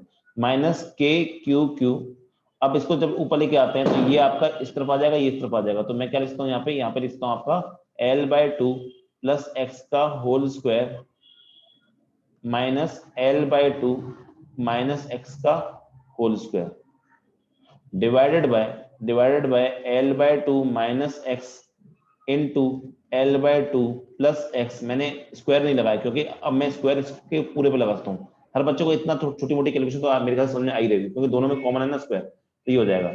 अब सुनो, अब कैसे करूँ क्वेश्चन को? इस क्वेश्चन करने के दो तरीके हैं ऊपर वाले को। या तो आप क्या करो, इसको ए प्लस बी का होल स्क्वायर मान के पूरा खोल दो, ए प्लस बी का होल स्क्वायर, ए प्लस बी का होल स्क्वायर मान के पूरा खोल दो। तो उससे फर्क क्या पड़ेगा? उससे जब आप सॉल्व करोगे, उससे भी कर सकते हो, कोई दिक्कत नहीं है। उससे जब सॉल्व करोगे तो आप क्या निकल के आएगा? माइनस के क्यूब, ठीक है। और यहाँ पे क्या आ जाएगा आपका? यहाँ पे एल स्क्वायर बाय 4 आ जाएगा, और यहाँ पे भी एल स्क्वायर बाय 4 आएगा, यहाँ पे भी एल स्क्वायर बाय 4 आएगा। लेकिन देखो यहाँ पे अगर मैं लिख देता हूँ L square by 4 plus x square mine plus आपका ये आ जाएगा एल इंटू एक्स। हर बच्चा सॉल्व कर लेगा। यहाँ पे क्या निकल के आएगा? L square by 4 plus x square minus 2, sorry 2 तो कट जाएगा एल बाय 2 से, यहाँ पे आएगा एल एक्स। लेकिन क्योंकि यहाँ पे माइनस भी लगा हुआ है तो यहाँ माइनस आ जाएगा, यहाँ भी माइनस आ जाएगा, यहाँ प्लस आ जाएगा। उससे क्या गड़बड़ होगी? तो ये एक्स और ये एक्स स्क्वायर कट जाएगा, ये एल स्क्वायर बाय 4 और ये एल स्क्वायर बाय 4 कट जाएगा। बचेगा क्या? एल एक्स और एल एक्स, इन दोनों को कर दूंगा, जोड़ दूंगा तो ये 2 LX बन जाएगा। कैलकुलेशन मैंने करके दिखा दी है, लेकिन अगर समझ में नहीं आए तो आप अपनी तरफ से कोशिश करना, ठीक है। नीचे क्या है? नीचे अगर तुम ध्यान दो तो ये क्या लिखा है? a माइनस बी और a प्लस बी का फॉर्मूला है। तो क्या मैं इसको L square by 4 minus x square लिख सकता हूँ और उसका होल स्क्वायर लिख सकता हूँ यहाँ पर, ठीक है। ये वाली बात भी हर बच्चों को आएगी, समझ में आ गई होगी। तो यहाँ तक तो मैंने सॉल्व कर लिया। अब इसके आगे क्या? इसके आगे मैंने अभी आपको थोड़ी देर पहले एक बात बोली थी, अगर किसी ने ध्यान से सुना हो तो मैंने कहा था कि ये वाला सवाल एसएचएम हो सकता है, ये वाला सवाल एसएचएम हो सकता है, लेकिन कब? जब आपका एक्स क्या होता है? Very small. तो मेरे से बोला ही गया है कि एसएचएम मान के सवाल को करना है, तो एक्स आपने ऑब्वियसली क्या मान लिया? एक्स वेरी स्मॉल मान लिया। एक्स स्मॉल का मतलब ये है कि आपका x is very very very very very less than L. X is very very very less than L. इसका ऑटोमेटिक मतलब क्या हो गया? जहां पे एल के साथ तुम्हारा एक्स लिखा है ना, उसको आप इग्नोर कर सकते हो। मतलब यहाँ पे एल के साथ में तुम्हारा एक्स लिखा हुआ है, तो यहाँ पे जो तुम्हारा एक्स स्क्वायर है ना, इसको तुम नेगलेक्ट कर सकते हो। इसको तुम क्या कर सकते हो? नेगलेक्ट। इसको नेगलेक्ट मत कर देना गलती से भी, क्योंकि कभी भी जब नेगलेक्ट करना होता है ना, तो आप प्लस माइनस में चीजों को नेगलेक्ट करते हो। अगर मैं बताऊं बी नेगलेक्ट है, तो प्लस माइनस में कभी ए इंटू बी को नेगलेक्ट नहीं कर सकते। कोई बच्चा बोलेगा सर ऐसा क्यों? ऐसा इसीलिए कि मैं 2 में 0 जोड़ता हूं तो 2 ही निकल के आता है, लेकिन मैं 2 में मल्टीप्लाई 0 कर दूं तो इसकी दुनिया पलट देगा पूरी पूरी। 0 एक नेग्लिजिबल नंबर होता है, मैं मानता हूं, लेकिन वो किसके क्या कर रहे हो उसके कंपैरिजन में। अगर 2 में जोड़ते हो 0 को तो 0 नेग्लिजिबल है, लेकिन 2 में मल्टीप्लाई करते हो तो 0 नेग्लिजिबल नहीं। तो वैसे ही अगर x आपका नेग्लिजिबल है तो वो l के साथ मल्टीप्लाई में नेग्लिजिबल नहीं होगा, वो l के साथ प्लस या माइनस में नेग्लिजिबल होगा। तो इसको नेग्लेक्ट कर सकते हो आप, इसको उड़ा सकते हो यहाँ से। जब इसको उड़ाता हूं तो आपके साथ बाद आपके पास में बाद में क्वेश्चन क्या बचती है? तो यहाँ पे बचती है, क्वेश्चन बहुत बड़ा निकल के गया है, लेकिन एक बार इतने बड़े क्वेश्चन को कर लोगे ना तो तुम्हारी फिजिक्स में बहुत चीजें ऐसी होंगी यार कि जिस चीज से डरते थे वो आप समझ में आ गई, ठीक है। यहाँ पे क्या जाएगा? 2LX और नीचे क्या हो जाएगा आपका? L square by 4। नीचे क्या हो जाएगा आपका? एल स्क्वायर बाय 4 का होल स्क्वायर। बच्चे ये वाली चीज और भूल जाते हैं कि यहाँ होल स्क्वायर भी था, बस इसको आपने लिख दिया माइनस के क्यू। अब मैं कुछ लिखता हूँ चीजें, तो 4 जा 16, 2 जा 32, तो यहाँ पे आ जाएगा माइनस 32 के Q Q L, sorry L तो नीचे होगा, कंट्रोल जेड। आई होप से कि भाई ये एल क्यूब यहाँ नीचे निकल के आ जाएगा और ये बचेगा एक्स। अब बहुत मेहनत करने के बाद, थक हार के बाद के ये क्वेश्चन निकल के, पहले ये बताओ तुम सबको ये क्वेश्चन कैसे निकल ये निकल एफ कैसे निकल के आया? ये समझ में आया कि नहीं आया? जल्दी जल्दी बताओ, जल्दी बताओ। ये जो एफ मैंने लिखा है ये समझ में आया कि नहीं आया? मैं जो पढ़ा रहा हूँ बच्चों बिल्कुल आसान चीज नहीं है, याद रखना, मैं बिल्कुल आसान चीज नहीं पढ़ा रहा। नीट के बच्चे जो अपना पहले से माइंड सेट करके आते हैं ना कि हार्ड हार्ड हार्ड है, अगर आपको ये लगता है कि हार्ड है आप नहीं कर पाओगे तो क्लास छोड़ दो, मुझे कोई दिक्कत नहीं है, ठीक है। लेकिन अगर आप अच्छी अच्छी चीजें पढ़ना चाहते हो मेरे से, आप फिजिक्स की फील लेना चाहते हो मेरे से, आप ये सोचना चाहते हो कि मुझे फिजिक्स को आसान बनाना है, तो इन चीजों को पढ़ना पड़ेगा, याद रखना। अगर आप ये चाहते हो कि मैं फिजिक्स को आसान बनाना चाहता हूँ अपने लिए, फिजिक्स से जो मेरा डर है उसको खत्म करना चाहता हूँ, इन सब चीजों को पढ़ो, क्योंकि इन सब चीजों को पढ़ने के बाद में जो आसान सवाल है ना तो आपको ऑटोमेटिकली आसान लगेंगे ना। आप कभी भी फिजिक्स में न्यूमेरिकल से या फिर कैलकुलेशन मुझसे मत करवाओ। जिस दिन आपने कैलकुलेशन घबराना छोड़ दिया उस दिन आपकी फिजिक्स अच्छी हो जाएगी ऑटोमेटिकली, ठीक है। क्योंकि कंसेप्ट तो बहुत पहले खत्म हो चुका है। अब तो मैथमेटिक्स कर रहा हूं मैं, कंसेप्ट तो बहुत पहले खत्म हो चुका है, अब तो मैं मैथमेटिक्स कर रहा हूं। अगर मैथमेटिक्स को तुम फिजिक्स बोल दोगे तो यार ये तुम्हारी गलती है। तुम ये बोल दो सर मैथ नहीं आती इसलिए फिजिक्स नहीं आती, ये सबसे बड़ा पाप है। जो बच्चे बोलते हैं सर मैथ नहीं आती इसलिए फिजिक्स नहीं आती, ये बहुत गंदी बात है बोलने वाली, ठीक है, क्योंकि मैथ फिजिक्स थोड़ी ना होती है, तुमने मैथ के चक्कर में फेस को खराब करके रखा हुआ। ठीक है, तो ये जितना मैंने किया, मैंने जितने आसान तरीके से, जितने सिंपल तरीके से, जितने धीरे धीरे तरीके से बता सकता हूँ मैंने बताया है। एक एक कैलकुलेशन को मैंने आपके सामने किया है, वरना कोई टीचर आपके सामने ये पूरी कैलकुलेशन करना ही करेगा, ये भी मेरी गारंटी है। हर क्वेश्चन टीचर आपको बस ऐसे लिख के देगा, तो ऐसा होता है, ऐसा होता है, ऐसा होता है, देखो कर लोगे तुम, करने के बाद तुम्हारा ये यहाँ से निकल के आ जाएगा, ऐसे छोड़ देगा टीचर। ठीक है, अगर मैं कर रहा हूँ तो मैं जानता हूँ आप लोगों की मैथ वीक है, आप लोगों को फिजिक्स में थोड़ा बहुत डर लगता है, तो बस मैथ की वजह से, तो मैथ वाला पार्ट मैं कर रहा हूँ ना यार, और समझा भी रहा हूँ। अगली बार तुम खुद करना बिना देखे, तो आपको समझ में भी आएगा। चलो, मजा आ गया होगा ये सब करके। अब देखो, तुम इसको देखो, तुम्हारे सामने एफ क्या निकल के आया है, -32 k³ बाय L³ x। अगर इसको तुम घूर घूर के देखो, इसको तुम क्या करो, घूर घूर के देखो बड़े प्यार से, तो मैंने याद करो, मैंने बताया था कुछ मुझे इस तरह नहीं दिख रहा, f = -kx, जहां पे ये k क्या है, KSHM, कुछ ऐसा दिख रहा है ना? हाँ सर, ऐसा दिख तो रहा है। तो जहां पर क्या हो जाएगा, ये क्या हो जाएगा, ये आपका और कुछ नहीं, ये आपका KSHM हो जाएगा। क्या बन जाएगा आपका, KSHM बन जाएगा। अगर ये KSHM बन जाएगा और आपसे पूछा है टाइम पीरियड, तो टाइम पीरियड क्या हो जाएगा बच्चों, 2π√m/KSHM। अब बस करना कुछ नहीं है आपको, आपको बस उस KSHM की वैल्यू पुट कर देनी है। जब उस वैल्यू को पुट करता हूं तो उसका उल्टा भी लेना बाकी है, तो यहाँ पे आ जाएगा आपका निकल के mL³/32 k³³। समझ में आया नहीं? देखो इतना, इस चीज को, ये तो बड़े आराम से, टाइम तो बड़े आराम से निकल गया, सारा खेल किसका था, एक के निकालने का। एक के को निकालने के लिए आपको इतनी मेहनत करनी पड़ी। जल्दी बताओ समझ में आया कि नहीं आया, जल्दी से बोल जाओ, समझ में आया कि नहीं आया, कि टाइम पीरियड कैसे निकला है, पूरा प्रोसेस जो था। बड़ा क्वेश्चन था, बिल्कुल बड़ा क्वेश्चन था, मैं मना नहीं कर रहा, लेकिन मुकुल जी अपनी पब्लिक कर दो चैट, ठीक है, बड़ा क्वेश्चन था, हार्ड क्वेश्चन था, बिल्कुल मना नहीं कर रहा, लेकिन समझ में आया है, ये इंपॉर्टेंट है। आई होप समझ में आया होगा। ठीक है, चलो अब एक केस तो बची क्या, अभी तो हमने पहला केस किया ना अलोंग द वाला, दूसरा केस चेक कर लेते हैं। ठीक है, दूसरा केस, अरे सर ये ऐसा ऐसा भी था क्या, हम तो इसी में खुश हो गए थे कि हमने इतना समझ लिया, बहुत बड़ी बात है। पर डरो मत, ये केस अच्छा केस है, मतलब इसमें तुम्हें कुछ करने की जरूरत पड़ेगी नहीं, क्यों, समझो, अपने आप समझ जाओगे। तो मैंने क्या बोला कि यहाँ पे केस टू कैसा था, कि मैं मान लो आपका डिस्टर्ब कर रहा हूँ उसको perpendicular to the line joining. ज्यादा दिमाग नहीं लगाना इसमें, तो जल्दी आएगा answer, perpendicular to the line joining. और अगर इसमें पहले चेक करना होगा कि स्टेबल इक्विलिब्रियम है कि नहीं, अगर स्टेबल इक्विलिब्रियम है तो उसका टाइम पीरियड क्या होगा, ये निकलवा सकता है। तो यहाँ पे क्या था आपका +q था, यहाँ पे क्या था आपका +q था। अब क्या बोल रहा है आपका, अगर यहाँ पे बीचों बीच आपका +q रखा है, तो मैंने कहा कि इसको डिस्टर्ब करना है आपको perpendicular to the line joining में। परपेंडिकुलर टू लाइन ज्वाइनिंग क्या ये हो जाएगी, मतलब मुझे ऊपर नीचे डिस्टर्ब करना है, तो कर लेते हैं, क्या दिक्कत है, करके देखते हैं। मैं जानबूझ के क्या करता हूँ आपका, मैं जानबूझ के इस चार्ज को, +q चार्ज को ऊपर की तरफ लेके जाता हूँ, x, मान लो मैं ऊपर लेके गया x, यहाँ पे लेके आ गया, कहीं यहाँ पे लेके आ गया। जब यहाँ पे लेके आता हूँ तो अब मैं इस पर फोर्स बनाने की कोशिश करता हूँ, तो मैं देखो यहाँ पे लेके आ गया, ध्यान देना, ये थी, यहाँ पे थी आपकी इक्विलिब्रियम पोजीशन। ठीक है, और ये आपका +q है यहाँ पे, और यहाँ पे आपका +q है। ठीक है, फोर्स तो हमेशा लाइन कनेक्टिंग के अलोंग लगता है, जहां पर लाइन कनेक्ट होती है उसके। अब ये भी +q है, ये भी +q है, ये भी, तो ये क्या करेगा, क्या इस पे इस तरह फोर्स मारेगा, हाँ सर इस तरह फोर्स मारेगा, और F मारेगा, ये क्या करेगा, इस पे फोर्स मारेगा, इस तरह F मारेगा, और दोनों बराबर भी होंगे क्योंकि सब कुछ सिमेट्रिकल है, आधे आधे पे सब कुछ सिमेट्रिकल है। तो जब मैं इसके कंपोनेंट निकालूंगा, तो साफ सीधी बात है, जो भी एंगल है नहीं है, मुझे उससे कोई मतलब नहीं, इतना तो पक्का है कि सर इसका जो कंपोनेंट निकलेगा इस तरफ, और इसका जो निकलेगा इस तरफ, इसका जो भी निकलेगा यहाँ पे, इसका जो भी निकलेगा वो कट जाएंगे आपस में, क्योंकि बराबर होंगे, सब कुछ सिमेट्रिकल है। तो जो एफ नेट निकल के आएगा, मुझे एंगल से अभी कोई मतलब नहीं है, अभी जो एफ नेट निकल के आएगा वो कहाँ निकल के आएगा, आपका ऊपर निकल के आएगा, दोनों का जो सम होके। अब सुनो, सवाल क्या था, पहले तो ये चेक करना है स्टेबल इक्विलिब्रियम है कि नहीं है। तो मैंने बोला कि सर इक्विलिब्रियम तो यहाँ नीचे पड़ा हुआ है, और उसमें नेट फोर्स क्या आ गया, नेट फोर्स ऊपर आ गया। मतलब अगर मैं उसको ऊपर ले जाके छोड़ दूं, अगर मैं यहाँ पे ले जाके मैंने उसको रिलीज कर दिया, और इस पे नेट फोर्स कहाँ लग रहा है, ऊपर, इसका मतलब मैंने छोड़ दिया, तो बॉडी कहाँ जाएगी, चार्ज कहाँ जाएगा, सर चार्ज तो ऊपर चला जाएगा। क्या इक्विलिब्रियम पे लौट के आ रहा है क्या, सर आंसर है इक्विलिब्रियम पे लौट के नहीं आएगा। तो ये किसका एग्जाम्पल हो जाएगा, this will be an example of unstable equilibrium, this will be an example of unstable equilibrium. और अगर अनस्टेबल इक्विलिब्रियम में है तो भाड़ में जाए एसएचएम, भाड़ में जाए टाइम पीरियड, कुछ करने की जरूरत नहीं है।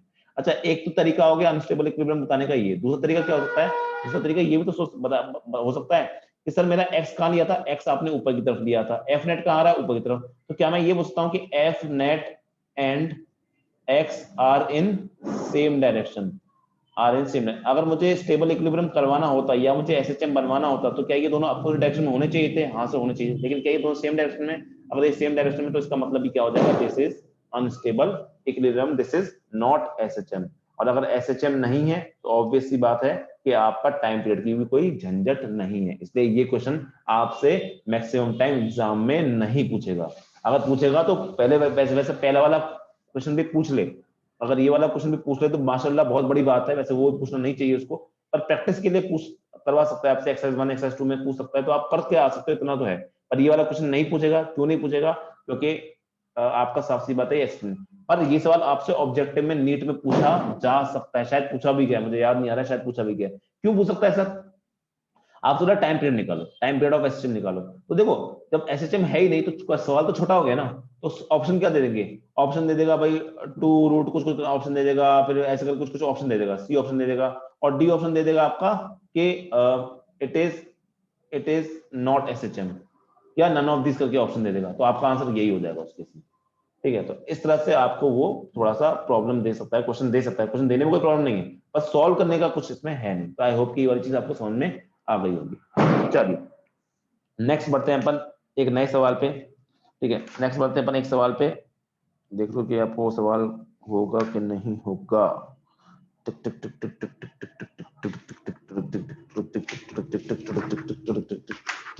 चलो बहुत बढ़िया। अब देखो नेक्स्ट अपन करते हैं, अभी अपन ने क्या किया, दोनों प्लस टू रख दिए। अब करते हैं क्वेश्चन, मान लो सर कि क्या ऐसे परपेंडिकुलर लाइन पे कभी एसएचएम नहीं हो सकता क्या? सवाल ये बनता है कि क्या परपेंडिकुलर लाइन पे कभी एसएचएम नहीं बन सकता क्या? चेक कर लेते हैं।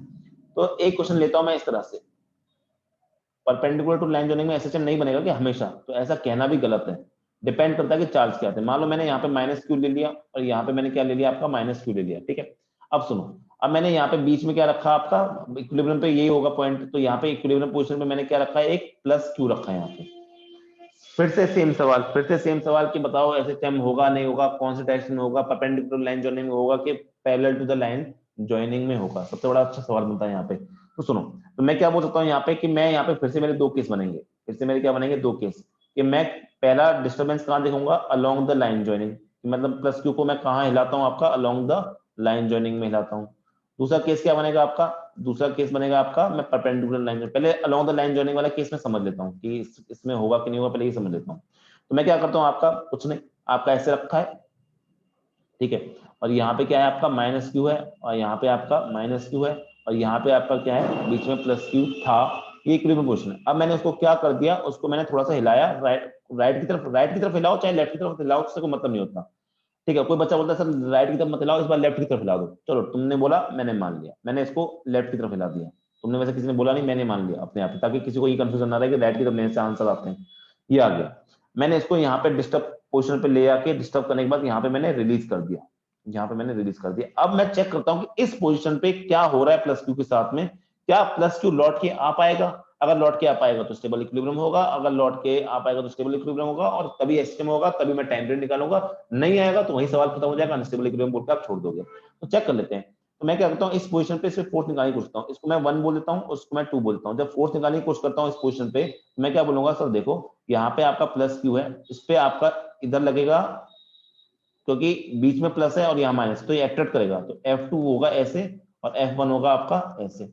फिर से वही वाली राम कहानी कि आपको सारे डिस्टेंस देखने पड़ेंगे। अगर मैं डिस्टेंस की बात करता हूँ तो मान लो यहाँ से यहाँ तक मेरा डिस्टेंस जो है वो आपका L है, ठीक है, तो ये डिस्टेंस क्या हो जाएंगे सर, ये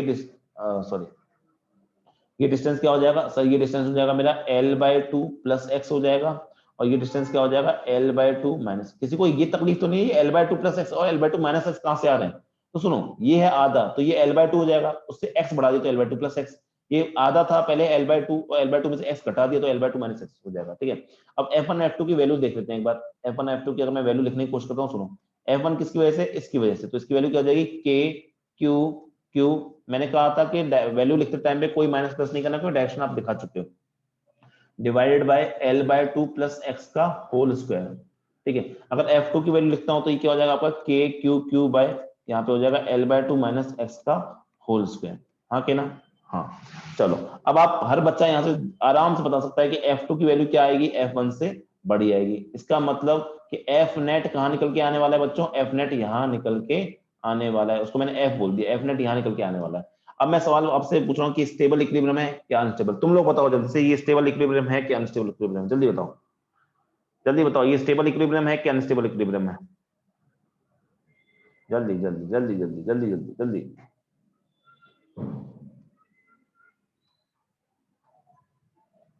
स्टेबल है क्या अनस्टेबल है, इंशा जी का आंसर है अनस्टेबल है, बाकी लोगों का आंसर क्या है, जल्दी बोल जाओ। अरे जल्दी हाथ में रखा करो मोबाइल और जल्दी आंसर क्या करो, जितना जल्दी आंसर करोगे उतना जल्दी मैं आपका नाम पढ़ूंगा। कभी कभी देखते हो आप यूट्यूब पे आपका नाम भी बोला जाता है, जब आप आंसर करते हो तो मैं जानबूझ के नाम लेता हूँ ताकि आप कभी वीडियो देखो और वो वीडियो हमेशा पड़ी रहेगी वहां पे, 10 साल 20 साल जब तक ये यूट्यूब जिंदा है तब तक वो वीडियो वहां पड़ी रहेगी, ना मैं वीडियो हटा रहा ना आपका नाम कोई वहां से हटने वाला। तृप्ति जी बोल रही है अनस्टेल, ठीक है, और मीनू जी बोल रही है अनस्टेबल है, फ्रॉम शुमाइला जी बोल रही है सर अनस्टेबल है, आरशी जी बोल रही है अनस्टेबल है, इंशा जी बोलती है हाँ मेरा आता है मेरा आता है नाम। चलो तो क्या बोलेंगे हम इसको अनस्टेबल बोलेंगे, बिकॉज हम इसको अनस्टेबल बोलेंगे, तृप्ति जी हाँ अनस्टेबल है, ठीक है। तो देखो क्यों सर, आपका आपने उसको खिसकाया भी लेफ्ट की तरफ था, आपने खिसकाया भी लेफ्ट की तरफ था और वो भाग भी कहाँ रहा है, नेट फोर्स भी कहाँ लग रहा है, लेफ्ट की तरफ, मतलब वो भाग जाएगा, मतलब इक्विलिब्रियम पोजीशन तो यहाँ थी, वो वापस लौटे में भाग गया, तो साफ सी बात है अनस्टेबल हो जाएगा। या फिर ये बोल सकते हो यहाँ पे F net and X are in same direction, जब एफ नेट और एक्स आपके सेम डायरेक्शन में होंगे तो ऑब्वियसली फिर से बोल रहा हूँ, फिर ऑब्वियसली, ठीक है, आपका ये कैसा हो जाएगा, अनस्टेबल इक्विलिब्रियम हो गया। अनस्टेबल इक्विलिब्रियम देखते ही काफी लोगों की सांसों में सांस निकल के आई, क्योंकि तो बोलेंगे चलो बढ़िया है, अनस्टेबल हुआ, टाइम पीरियड की झंझट खत्म हो गई। लेकिन ये तो केस वन था, ये तो केस वन था, अगर दूसरे केस में आपका टाइम पीरियड निकालने की जरूरत नहीं पड़ती तो मैं इस क्वेश्चन को करवा भी नहीं रहा होता, ठीक है। दूसरे केस में अब आपको देखते हैं, अब वो देखते हैं दूसरा केस इंटरेस्टिंग है। तो कभी भी ये याद रखना कि आपका परपेंडिकुलर में हमेशा एसएचएम होता है और आपका या स्टेबल होता है, और परपेंडिकुलर में और ये होता है, ऐसा कुछ याद मत करना, वो डिपेंड करता है चार्ज क्या दिए गए। तो सेकंड केस क्या हो जाएगा, सेकंड केस हो जाएगा आपका, केस सेकंड हो जाएगा कि आपका किसमें, perpendicular to the line joining. आपका इंशा जी का आंसर है परपेंडिकुलर में स्टेबल आएगा, बिल्कुल सही बात है इंशा जी, देखते हैं परपेंडिकुलर लाइन ज्वाइनिंग, तो देखते हैं, चेक कर लेते हैं अपन। तो यहाँ पे क्या हो जाएगा, यहाँ पे आपको क्या रखा था, यहाँ माइनस क्यू रखा था, यहाँ पे क्या रखा था, माइनस क्यू रखा था, बीच में आपने प्लस क्यू रखा था, इक्विलिब्रियम पोजीशन पर रखा था, मतलब पहले ये इक्विलिब्रियम थी। अब मैं क्या कर रहा हूँ, उसको इस लाइन में मूव कर रहा हूँ, आपकी मर्जी, आप ऊपर लेके जाना चाहते हो, नीचे लेके जाना चाहते हो, ऊपर लेके जाने से थोड़ा सा चीजें पॉजिटिव दिखती है, ऊपर लेके जाने से चीजें थोड़ी सी पॉजिटिव दिखती है, इसलिए हम ऊपर लेके जा रहा हूँ। मैंने क्या किया, इसको मैं ऊपर लेके गया और एक्स ऊपर लेके गया, यहाँ प्लस क्यू को, और यहाँ जाके मैंने क्या कर दिया, उसको रिलीज कर दिया। रिलीज क्यों करना है, मुझे चेक करना है ना, वापस आता नहीं आता, अगर वापस आएगा तभी तो मैं बता पाऊंगा कि स्टेबल है अनस्टेबल है। तो देखते हैं कि वापस आएगा नहीं आएगा, तो मैं क्या करता हूँ, उसको अलग से डायग्राम बना के समझाता हूँ। मैंने क्या किया, ऊपर लेके गया, ध्यान देना। तो यहाँ पे क्या है आपका, यहाँ पे माइनस क्यू है, यहाँ पे क्या है आपका, यहाँ पे माइनस क्यू है, ये लाइन इनकी ज्वाइन कर रही है, ये लाइन फिर से इसकी मैं थोड़ा ज्यादा दूर बना दिया पर चलेगा, ठीक है, ये हो गया माइनस, ये हो गया मान लो, ठीक है। अब यहाँ पे ऐसा हो गया, तो नेट फोर्स क्योंकि ये प्लस क्यू है, क्योंकि ये प्लस क्यू है बच्चों, तो इसका मतलब मैं कह सकता हूँ कि सर आपका क्या होगा, ये आपका इस तरफ एट्रैक्शन करेगा, एट्रैक्शन करेगा तो इस तरफ हो गया ये और इस तरफ हो गया ये। अच्छी बात क्या है, फिर से इन दोनों की वैल्यू क्या सेम निकल के आएगी, क्यों निकल के आएगी, क्योंकि सारे डिस्टेंस बराबर होंगे, सिमेट्रिकल है ना सब कुछ, सारे डिस्टेंस बराबर होंगे, ठीक है, ये बात समझ आ गई। तो अब तुम्हारा जो नेट फोर्स निकल के आने वाला है, हर बच्चा तुम्हें बिना सोचे समझे आराम से बड़े बड़े प्यार से बता सकता है मुझे कि इस तरह जो भी आपका नेट फोर्स यहाँ निकल के आने वाला है वो 100% नीचे ही निकल के आएगा। क्यों, क्योंकि दोनों बराबर है, तो दोनों का ये वाला जो कंपोनेंट है, ये वाले जो कंपोनेंट वो कट जाएंगे और रचे रहेगा बस नीचे वाला कंपोनेंट बचा रहेगा, तो एफ नेट यहाँ निकल के आएगा। अब तुम देखो क्या, सर मैंने इसको खिसकाया कहाँ था, ऊपर की तरफ खिसकाया था, मैंने खिसकाया कहा था, मैंने इसको ऊपर की तरफ खिसकाया था, एफ नेट का निकल के आया, नीचे निकल के आने वाला है। तो यहां से मैं सीधे सीधे क्या पूछता हूं, because F net and X are in opposite direction hence this is stable equilibrium. वरना आप ये बोल सकते हो कि अगर मैं रिलीज करता हूं तो एफ नेट नीचे, तो बॉडी कहां आएगी आपकी, नीचे की तरफ आएगी, this will be an example of stable. अगर ये स्टेबल है और एफ नेट और आपका एक्स अलग अलग डायरेक्शन में, तो ये आपका एसएचएम का भी एग्जांपल होगा। अगर ये एसएचएम का एग्जांपल है तो नेक्स्ट क्वेश्चन क्या हो जाएगा, find the time period of SHM और find the time period of small oscillation, ये सवाल बन जाएगा। अब फिर से आपको क्या करना है, फिर से आपको क्या करना है, आपको f is equal to minus K X type की कोई इक्वेशन निकालनी है जिसमें k एसएचएम हो जाएगा, k निकालना है, मेन मोटिव है k निकालने के ऊपर। उसके बाद के निकालने के बाद आप टाइम पीरियड को क्या लिख पाओगे, टाइम पीरियड हो जाएगा आपका 2π√m/k/SHM। बस वही कंसेप्ट है, सारा खेल इसी बात पे है कि आप कैसे उस सवाल को सॉल्व करने वाले हो, क्योंकि सवाल अच्छा होगा। और किसी ना किसी स्टेज पे एक गारंटी जरूर होगी कि आपको x को नेगलेक्ट करना पड़ेगा with respect to l, because small oscillation में ही SHM माना जाता है, बड़े ऑसिलेशन में SHM कभी नहीं माना जाता। क्योंकि ये क्यों नहीं माना था, इसको हम SHM में पढ़ेंगे। अब सवाल में हमारा सवाल क्या है कि मुझे ये एफ नेट निकालना है। इस एफ नेट को, चलो इसको मैं F1 लिख देता हूँ, ठीक है। इस एफ नेट को मैं एफ लिख देता हूँ, क्योंकि एफ लिखने से एफ माइनस के जैसी कुछ मिल जाती है ना, तो हो जाएगा। अब मेरा मेन मुद्दा है कि इस पहले F1 निकालता हूँ, ठीक है। पहले मेरे मेन मुद्दा क्या है, मुझे F1 निकालना है। तो F1 की बाद में सोचेंगे, पहले सोचो कि इस तरह से ये ट्राइंगल बन रहा है एक, ठीक है। इस तरह से ट्राइंगल जिसमें ये क्या है आपका, ये आपका L/2 है, ये क्या है आपका, ये आपका x है, ये L/2 है, x है। मान लो ये थीटा है, मैंने अपनी तरफ से मान लिया, मान लो ये थीटा है, तो ऑब्वियसली ये भी क्या हो जाएगा, थीटा हो जाएगा, ठीक है। मैं एक F1 निकाल देता हूँ, क्योंकि F1 अगर मैंने निकाल लिया तो ऑब्वियसली दूसरा F1 भी मुझे पता ही चल जाएगा, क्योंकि दोनों की वैल्यू क्या होगी, बराबर होगी। ये हो गया आपका F1। मुझे ऊपर वाला F1 cos थीटा तो नहीं निकालना, क्यों, क्योंकि ये तो कट जाएंगे, सामने से भी कटेगा ना। मुझे निकालना क्या है, इसका नीचे वाला कंपोनेंट, मुझे ये वाला कंपोनेंट निकालना है। ये वाला कंपोनेंट क्या हो जाएगा इसका, सर ये वाला कंपोनेंट हो जाएगा आपका F1 sin थीटा। ये वाला कंपोनेंट क्या हो जाएगा, F1 sin थीटा। अब हर बच्चा यहाँ से मुझे एक बात और बता सकता है कि sin थीटा की वैल्यू क्या होगी। देखो अब फिजिक्स खत्म हो चुकी है, अब तुम्हारा मैथ चल रही है। sin थीटा की वैल्यू क्या होगी, सर sin थीटा की वैल्यू होगी मेरी परपेंडिकुलर हाइपोटेन्यूज यानी x/L/2, x/L/2। तो यहाँ से sin थीटा की वैल्यू क्या निकल के आएगी बच्चों, it will come out to be 2x/L। Sorry गलत ध्यान, ये गलत है। परपेंडिकुलर अपॉन हाइपोटेन्यूज होता है ना, हाइपोटेन्यूज क्या हो जाएगा, ये हाइपोटेन्यूज है, तो हाइपोटेन्यूज को मैं क्या लिखता हूँ, x² + L/2 का होल स्क्वायर, इस तरह से लिख सकता हूँ। और इसको क्या लगा दिया मैंने, अंडर रूट लगा दिया। चलो ये हो गया, ठीक है, ये हो गया, ये परपेंडिकुलर, ये हाइपोटेन्यूज हो गया, ये हो गया sin थीटा। तो मुझे F1 sin थीटा निकालना है। तो अब ये F1 sin थीटा तो क्या है, ये F1 sin थीटा सिर्फ एक की वजह से है ना, एक और F1 sin थीटा भी नीचे लग रहा होगा। तो मैं क्या बोलता हूँ, जो F नेट होगा, जो F नेट होगा वो नीचे की तरफ होगा, F नेट होगा नीचे की तरफ होगा, उसकी वैल्यू क्या होगी, 2F1 sin थीटा।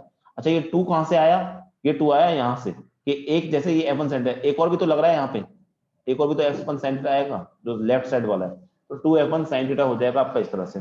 अब सारी वैल्यू पुट करनी है। पहली बात एक और, मैं यहाँ पे माइनस भी लिखूंगा। क्यों लिख रहा हूँ सर माइनस, क्योंकि मैं क्या मान रहा हूँ कि हमेशा मैं x की डायरेक्शन को क्या लेता हूँ, प्लस y डायरेक्शन लेता हूँ। यहाँ पे x की डायरेक्शन क्या है, ऊपर, मैंने y डायरेक्शन क्या ले लिया, प्लस ले लिया, y डायरेक्शन क्या ले लिया, माइनस ले लिया। क्योंकि f नेट आपका नीचे आ रहा है तो मैं जानबूझ के यहाँ माइनस लगा दिया। क्यों लिया मैंने प्लस, क्योंकि x की डायरेक्शन ऊपर प्लस है, जनरली मैं x डायरेक्शन प्लस मान के चलता हूँ। वो भी मैं क्यों कर रहा हूँ, बिकॉज मुझे f = -kx टाइप की क्वेश्चन बनानी है। अब मैं इसको आगे सॉल्व करता हूँ। तो यहाँ पे जब मैं इसको लिखता हूँ तो ये 2 का 2 आ गया, k का k आ जाएगा, q का q आ जाएगा, q का q आ जाएगा बाय। अब यहाँ पे क्या होगा, यहाँ पे कौन सा डिस्टेंस लेना है, तो देखो ध्यान दो, यहाँ पे है आपका छोटा -q और यहाँ पे आपका +q, ठीक है। खैर वैल्यू लिखते टाइम मुझे माइनस प्लस से कोई मतलब नहीं होता, क्योंकि डायरेक्शन तो मैं पहले ही कंसिडर कर चुका हूँ डायग्राम में। तो यहाँ पे क्या होगा, q, ये डिस्टेंस कितना है, ये तो है वो डिस्टेंस, हाँ सर ये तो है वो डिस्टेंस। ये डिस्टेंस क्या है, ये तो हाइपोटेन्यूज है। अगर ये हाइपोटेन्यूज है तो मैं इसको क्या लिखता हूँ, आपका √x² + L/2 का होल स्क्वायर, और इसका भी क्या हो जाएगा, स्क्वायर हो जाएगा, ठीक है, इसका हो जाएगा स्क्वायर। देखो जल्दी आ जाएगा, इसमें बहुत ज्यादा दिन, बस थोड़ा सा लिखने वाली दिक्कत है। अब साइन थीटा की वैल्यू तो रखी नहीं, साइन थीटा की वैल्यू सामने लिखी है आपके सामने, वो क्या हो जाएगी सर, वो हो जाएगी आपकी x/, ये हो जाएगी x² + L/2 का होल स्क्वायर हो जाएगी। हाँ सर हो गई। अब क्या है, अब कुछ नहीं, सवाल सॉल्व करना है आपको। तो -2kq, ठीक है, यहाँ पे x आ जाएगा और नीचे क्या आएगा, ये क्या है आपका, अगर तुम जानते हो, मेरे ख्याल जानते हो कि √2 का स्क्वायर इंटू √2 लिखा है, तो इसकी वैल्यू क्या निकल के आएगी, तो ये निकल के आएगी 2√2, ठीक है, ये 2√2। तो इसी तरह से ये भी तो निकल के आएगी, ये भी तो क्या निकल के आएगी। या फिर एक काम कर सकते हो ना, कि ये भी बोल सकते हो √2 का स्क्वायर इंटू √2, तो इसको तुम क्या लिख सकते हो, √2 का क्यूब भी तो लिख सकते हो। हाँ सर लिख सकता हूँ, ठीक है। या फिर क्या लिख सकते हो, इसको 2⁵3/2 भी तो लिख सकते हो। हाँ सर ये भी लिख सकता हूँ, वही लिख दो, क्या दिक्कत है। तो मैं इसको नीचे वाली चीज क्या लिख सकता हूँ, x² + L/2 का होल स्क्वायर की पावर 3/2। देखो इस तरह की टर्म्स आगे भी बहुत बन के आएंगी, कि पावर 3/2, 1/2 ऐसी चीजें जब आप मैग्नेटिज्म पढ़ोगे तो बहुत निकल के आएंगे, इस चैप्टर में निकल के आएंगी। खैर अब सुनो आगे, ये क्वेश्चन तुम्हारी निकल के आ चुकी है, लेकिन ये एसएचएम की क्वेश्चन तो नहीं, क्योंकि एसएचएम की क्वेश्चन तो ये होती है। सर इसको एसएचएम की क्वेश्चन कैसे बना सकते हैं, बिल्कुल बना सकते हैं। क्या बना सकते हैं? बिल्कुल। क्या मैं जानता हूं कि x क्या होता है? Very small. SHM के लिए x क्या होना चाहिए? Very small. यानी क्या हो जाएगा? x is very very very very less than l, मतलब x क्या हो जाएगा आपका? x नेग्लेक्ट होगा, ठीक है, लेकिन किसके कंपैरिजन में? With respect to l। जहां भी l में प्लस या माइनस हो रहा है वो वहां से नेग्लेक्ट कर दो, मतलब इस वाले x को मैं क्या कर सकता हूँ? नेग्लेक्ट कर सकता हूँ, नेग्लेक्ट कर सकता हूँ, लगभग जीरो के बराबर रख सकता हूँ। इस वाले को जीरो नहीं रख सकता बिकॉज यहाँ पे मल्टीप्लिकेशन में आ रहा है सारी चीजें। जब ये वाली चीज करता हूँ तो यहाँ से f क्या निकल के आ जाएगा? सुनो, यहाँ से अगर मैं इसको आगे करता हूँ तो यहाँ से f क्या निकल के आएगा? सर यहाँ से f निकल के आएगा आपका f is equal to -2k3q divided by, यहाँ पे क्या निकलेगा? l/2 का होल स्क्वायर। देखो यहाँ पे कैलकुलेशन देखो, l/2 का होल स्क्वायर है इंटू 3/2, 2 से 2 गया तो बचेगा क्या यहाँ पे? यहाँ बचेगा सर आपका l/2 का होल क्यूब बचेगा।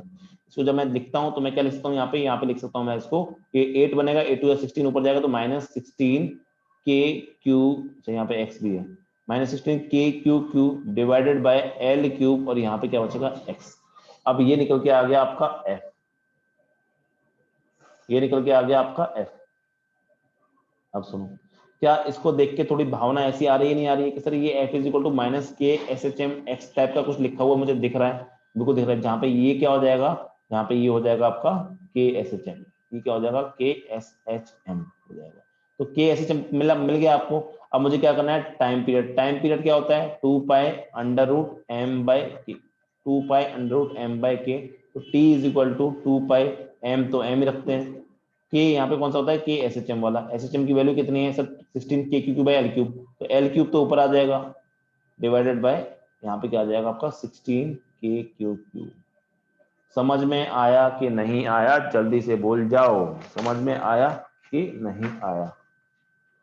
समझ में आया कि नहीं आया? जल्दी से बोल जाओ मेरे प्यारे प्यारे बालों को। क्वेश्चन मैं बिल्कुल कह रहा हूँ, बहुत लंबा चौड़ा क्वेश्चन है, मैं बिल्कुल मना नहीं कर रहा, पर अगर समझने में कोई कोताही है तो वो मुझे बताओ। समझने वाला पोर्शन मेरे हाथ में, सवाल सॉल्व करने वाला मतलब या सवाल हार्ड है नहीं है ये महसूस करने का आपका जिम्मा है। पर सवाल मैं बिल्कुल नहीं कहूंगा आसान है, मैं बिल्कुल नहीं कहूंगा आसान, पर पता है इसमें हार्ड क्या है? इसमें हार्ड फिजिक्स नहीं है, इसमें बिल्कुल हार्ड फिजिक्स नहीं है, इसमें हार्ड पार्ट है आपका मैथ। केमिस्ट्री में निकल रहा था मेरे मुंह से, इसमें हार्ड पार्ट मैथ्स है। फिजिक्स का कोई लेना देना नहीं, फिजिक्स तो बहुत पहले खत्म हो चुकी है।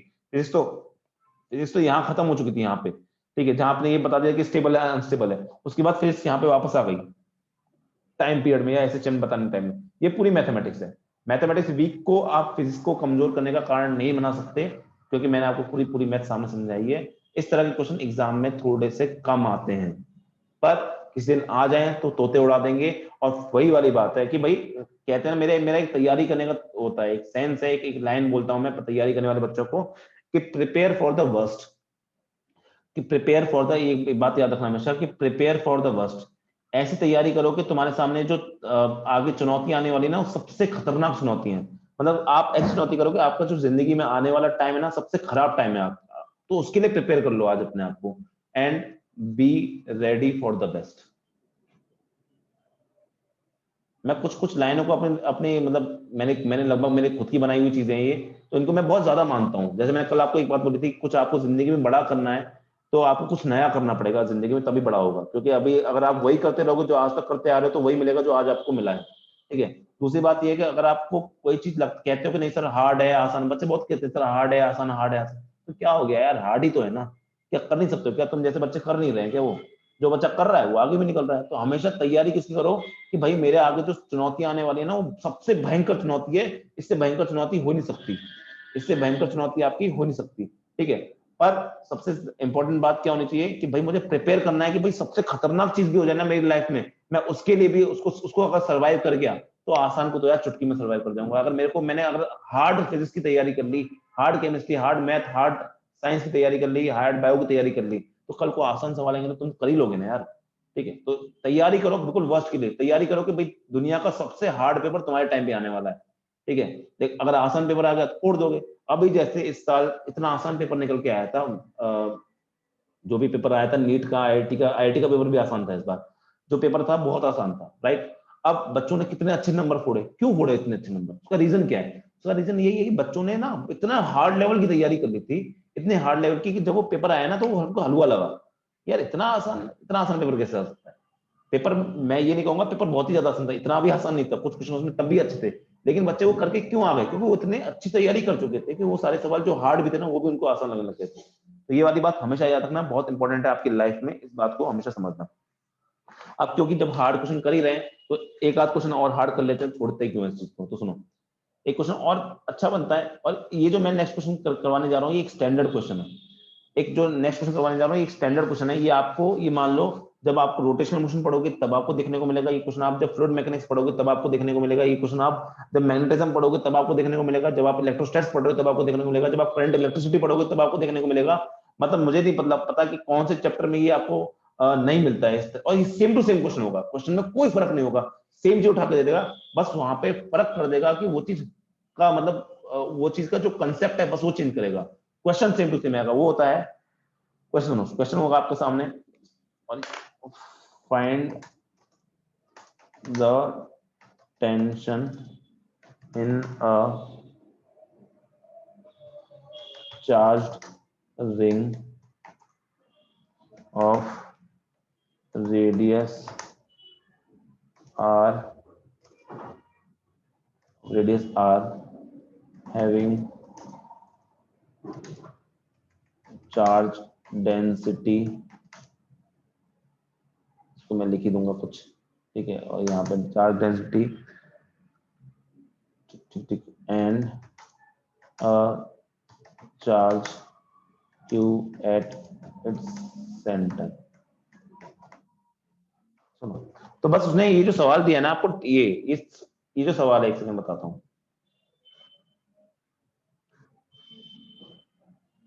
ठीक है, छपी गया क्या? छपी गया, ये हो गया।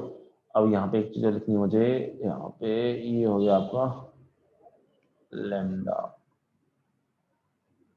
अब सुनो, सवाल है find the tension in a charge ring of radius r having charge density lambda and a charge q eight its centre. सुनो, ये सवाल बहुत कॉमन सवाल है, हर टॉपिक में आपको सवाल देखने को मिलेगा। सवाल क्या होगा, हर टॉपिक में सवाल आता है फाइंड द टेंशन इन, बस चार्ज लिखा होगा, वहां रिंग लिखा होगा, ऑफ रेडियस r, बस इतना।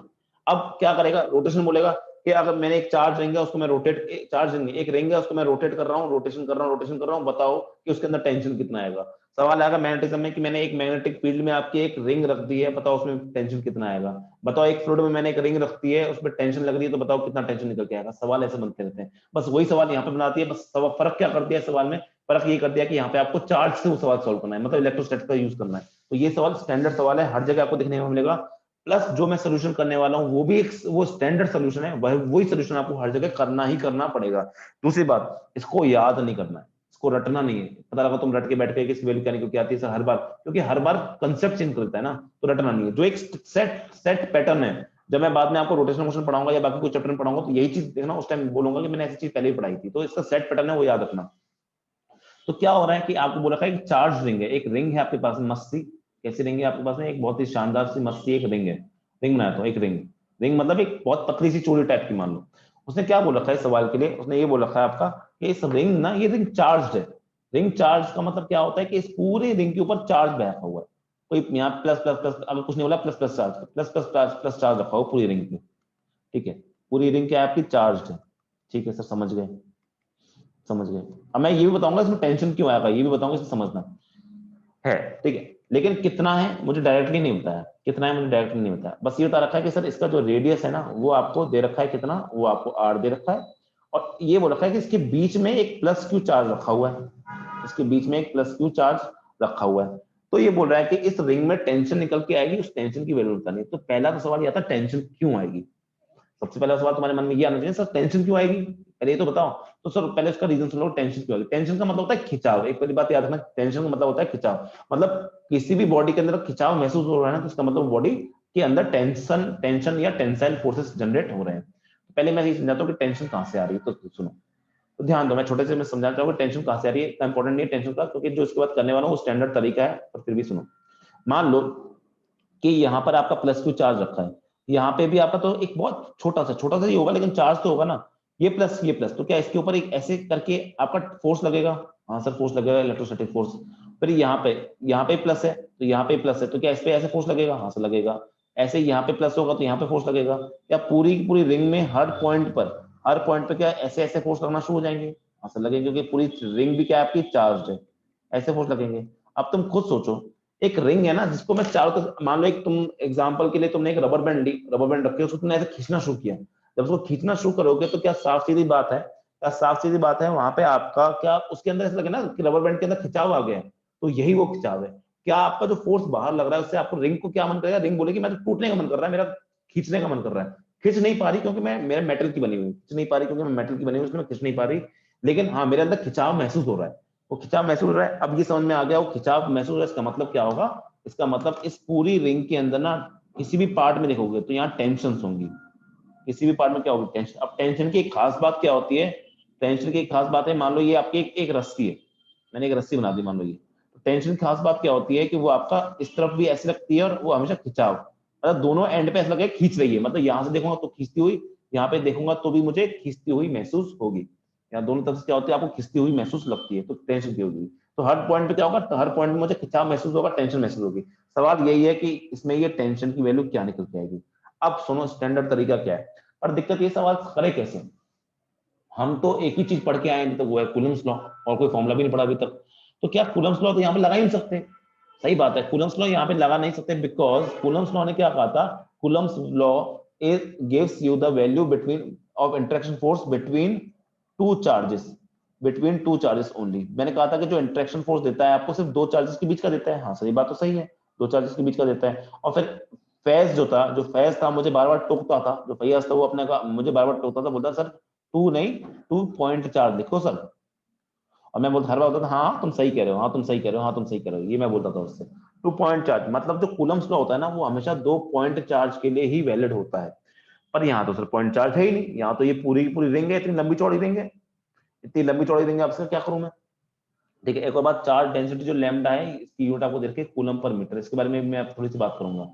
ठीक है, तो सुनो, तो अब मैं क्या करूं?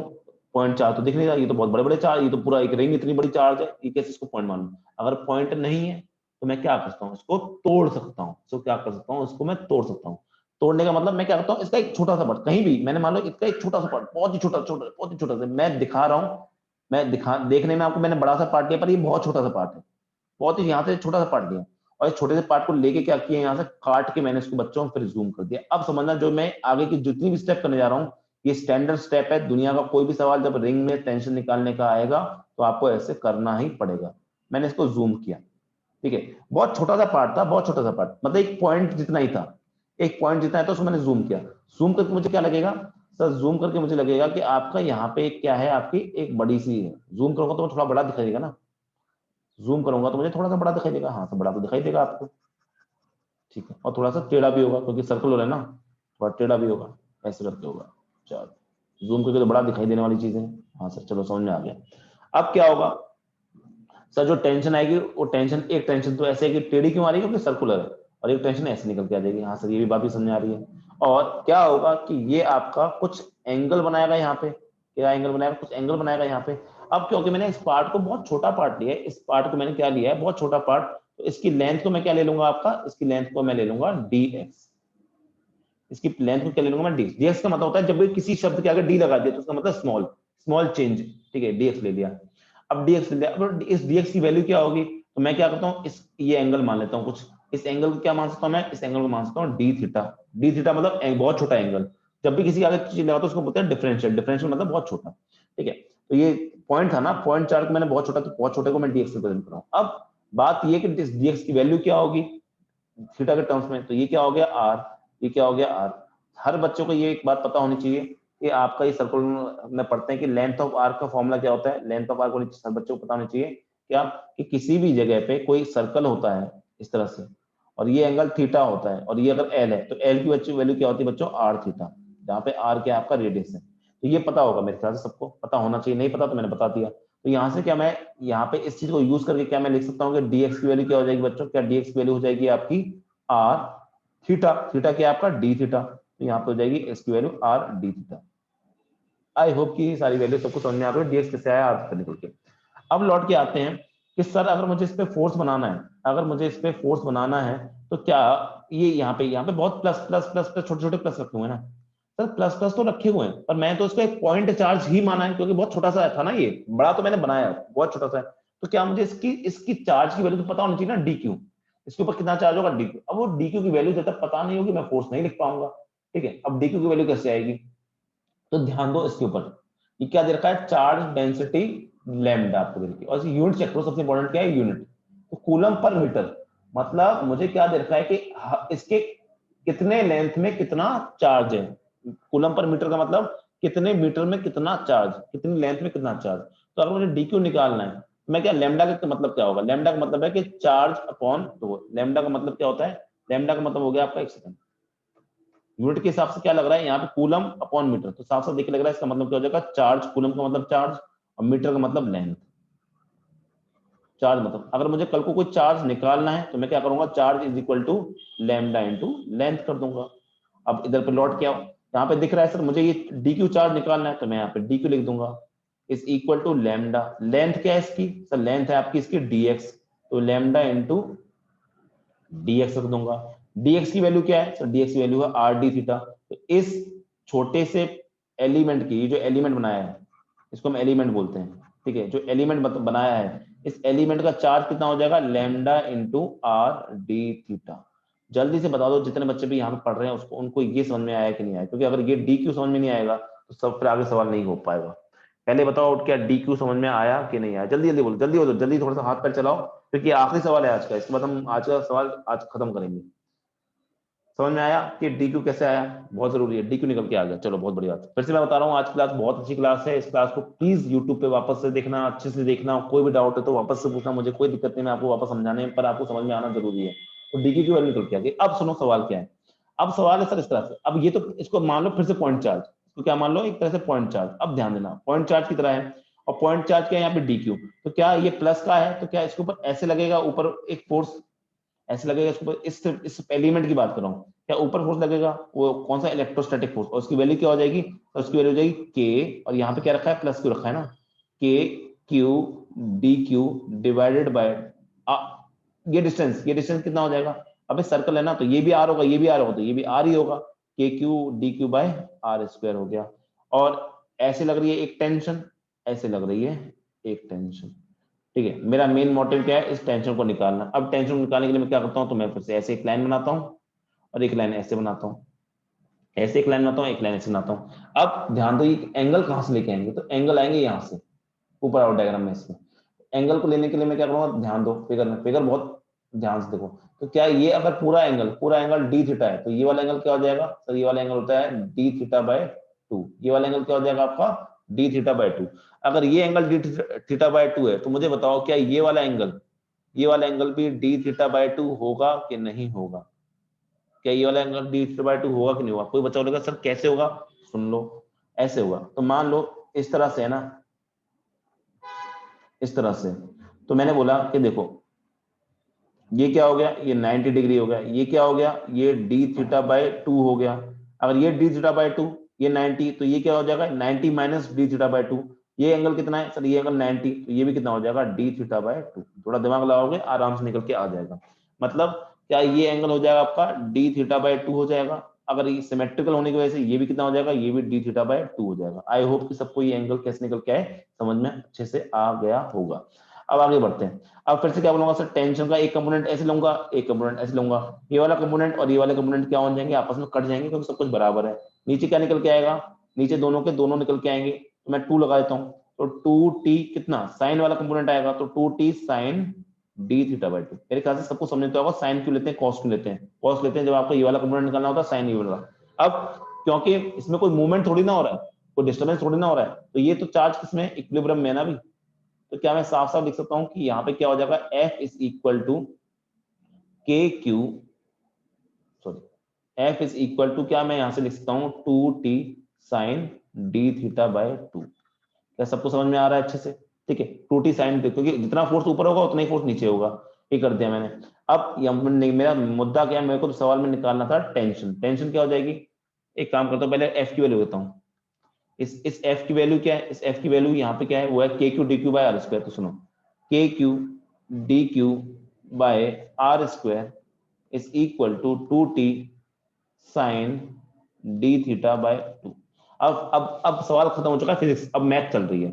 अब क्या करता हूँ, के Q D Q, D Q की वैल्यू क्या है यहाँ पे लिखी हुई है, डी क्यू की वैल्यू ये रही, डी क्यू की वैल्यू रखता हूँ यहाँ पे lambda R D theta by R square 2t यहाँ पे।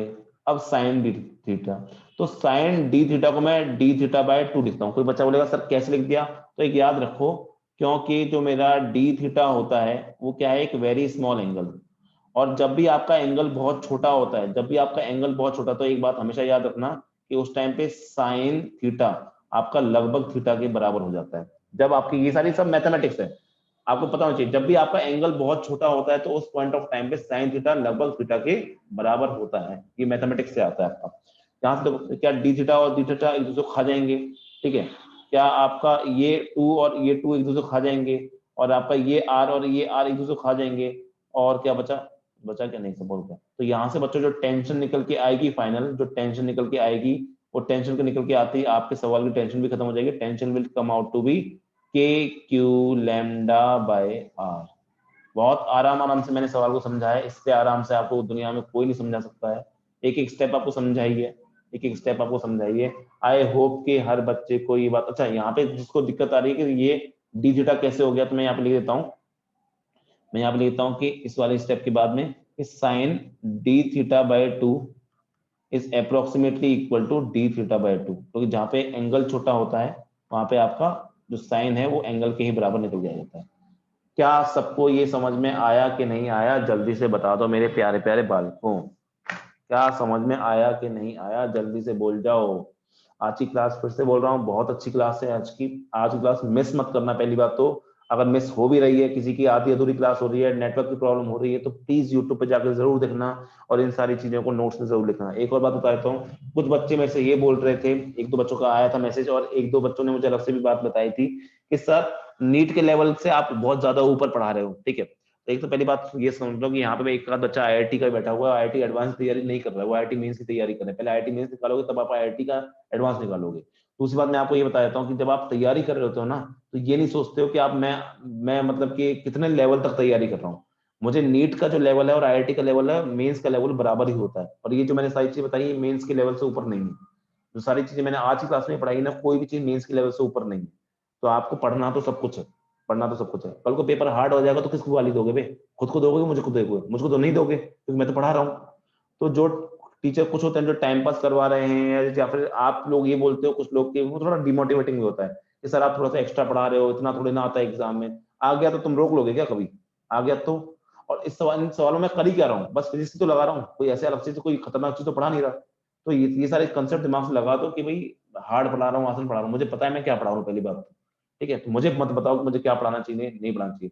पढ़ने का मन है, जो उन बच्चों से मेरा यही कहने का मन करता है, पढ़ने का मन है पढ़ो, नहीं पढ़ना है तो यार यूर, मैंने किसी को यहाँ पे जबरदस्ती तो लाया नहीं, ठीक है ना, मैं किसी को जबरदस्ती रोकने वाला हूँ। पढ़ने का मन है पढ़ो, नहीं पढ़ने का मन है नहीं पढ़ो। लेकिन इतना मेरी गारंटी है, इस गारंटी के साथ मैं लिख के दे सकता हूँ ये बात कि अगर तुमने ये सारी चीज पढ़ ली और ये सारी चीज तुम्हें समझ में आ गई, इन सारी चीजों को तुमने अपने नोट्स में उतार लिया, खुद से मेहनत करके 2-4 बार प्रैक्टिस कर ली, मेरी गारंटी तुम्हें फिजिक्स से प्यार हो जाएगा, मेरी गारंटी है, ठीक है। अभी ऑफलाइन बैच मेरा चलता है तो उसमें एक बच्चा आया है, ठीक है।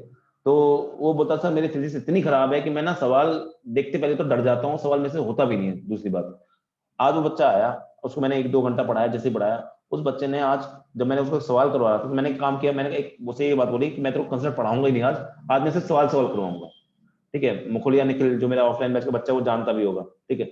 उससे मैंने बस ये कहा कि आज मैं सिर्फ सवाल करूंगा, आज कोई नया टॉपिक नहीं पढ़ा स्टार्ट करेंगे, आज से सवाल ही करेंगे। उसने ये मानो कि 10 सवाल लगभग हमने किए होंगे, तो 10 में से 9 सवाल उसने खुद ही कर लिए। और वो एंड में ये बोल के गया कि सर मुझे पता नहीं फिजिक्स में क्यों डर लगता था, पता नहीं मेरे से सारे सवाल लग गए, ऐसे कैसे हो गया मेरे से, ठीक है। वो अपने आप ही, वो बच्चा खुद ही बोल रहा है, ऐसा तो है नहीं कि एक दिन मैंने कोई जादू कर दिया होगा, ऐसा तो है नहीं कि एक दिन में उसको पूरी फिजिक्स आ गई होगी। अगर उसकी फिजिक्स बहुत कमजोर हुआ करती तो ऐसा तो नहीं एक दिन में उसको पूरा कॉन्फिडेंस फिजिक्स में आ गया होगा, ठीक है। बस फर्क ये होता है कि आप कौन सा सवाल कहाँ करवा रहे हो और कितना लेवल का सवाल करो। और मैंने सही बताऊं, उसको बहुत हार्ड सवाल करवाए थे। जो मुकुल है, जो आप मुकुल गोला 7B नाम से, वो निखिल है उसका नाम, तो वो जानता है, वो नो ऑफलाइन बैच के बच्चा है मेरा ये, ठीक है। तो वो जानता है कि मैंने जो आज सवाल करवाए थे आज की क्लास में, वो हार्ड सवाल थे, अच्छे से आसान सवाल नहीं थे। लेकिन वो उस सवाल को भी वो समझ गया, उसने खुद भी कर लिया सवाल। तो और फिर वो करके बोल रहा है यार सर मैं तो अपने ख्वाब में भी नहीं सोच सकता ये सवाल मैं कर सकता हूँ, कर रहा था वो। अब उसको फिजिक्स से अच्छा उसको अब उसको फिजिक्स अच्छी लग रही है, पता नहीं क्यों कैसे। तो आपको अगर फिजिक्स अच्छी लगवानी है ना, तो ये बड़े बड़े सवाल सही करने पड़ेंगे, ये हार्ड हार्ड चीज पढ़नी पड़ेंगी। क्योंकि जिस दिन आप अच्छे अच्छे हार्ड हार्ड सवाल को करना शुरू कर दोगे ना, आसान सवाल आपसे बहुत आराम से होना शुरू हो जाएगा। आसान सवाल आपसे बहुत आराम से होना शुरू हो जाएगा। और जिस दिन आपसे आसान सवाल होने लगे ना, जिस दिन आपके साथ में ये होने लग गया, जिस दिन आपके साथ में ये हो गया कि आप फिजिक्स का पेपर उठा रहे हो या फिजिक्स के मॉडल उठा रहे हो और आपसे खटाखट खटाखट खटाखट सारे सवाल हो रहे हैं, इतना सारा इतना अच्छा कॉन्फिडेंस आएगा ना तुम्हारी जिंदगी में, तुम बोलोगे यार ये क्या कर रहा था, मैंने फिजिक्स कैसे छोड़ रखी थी, ऐसे कैसे होता है मैंने फिजिक्स छोड़ी थी।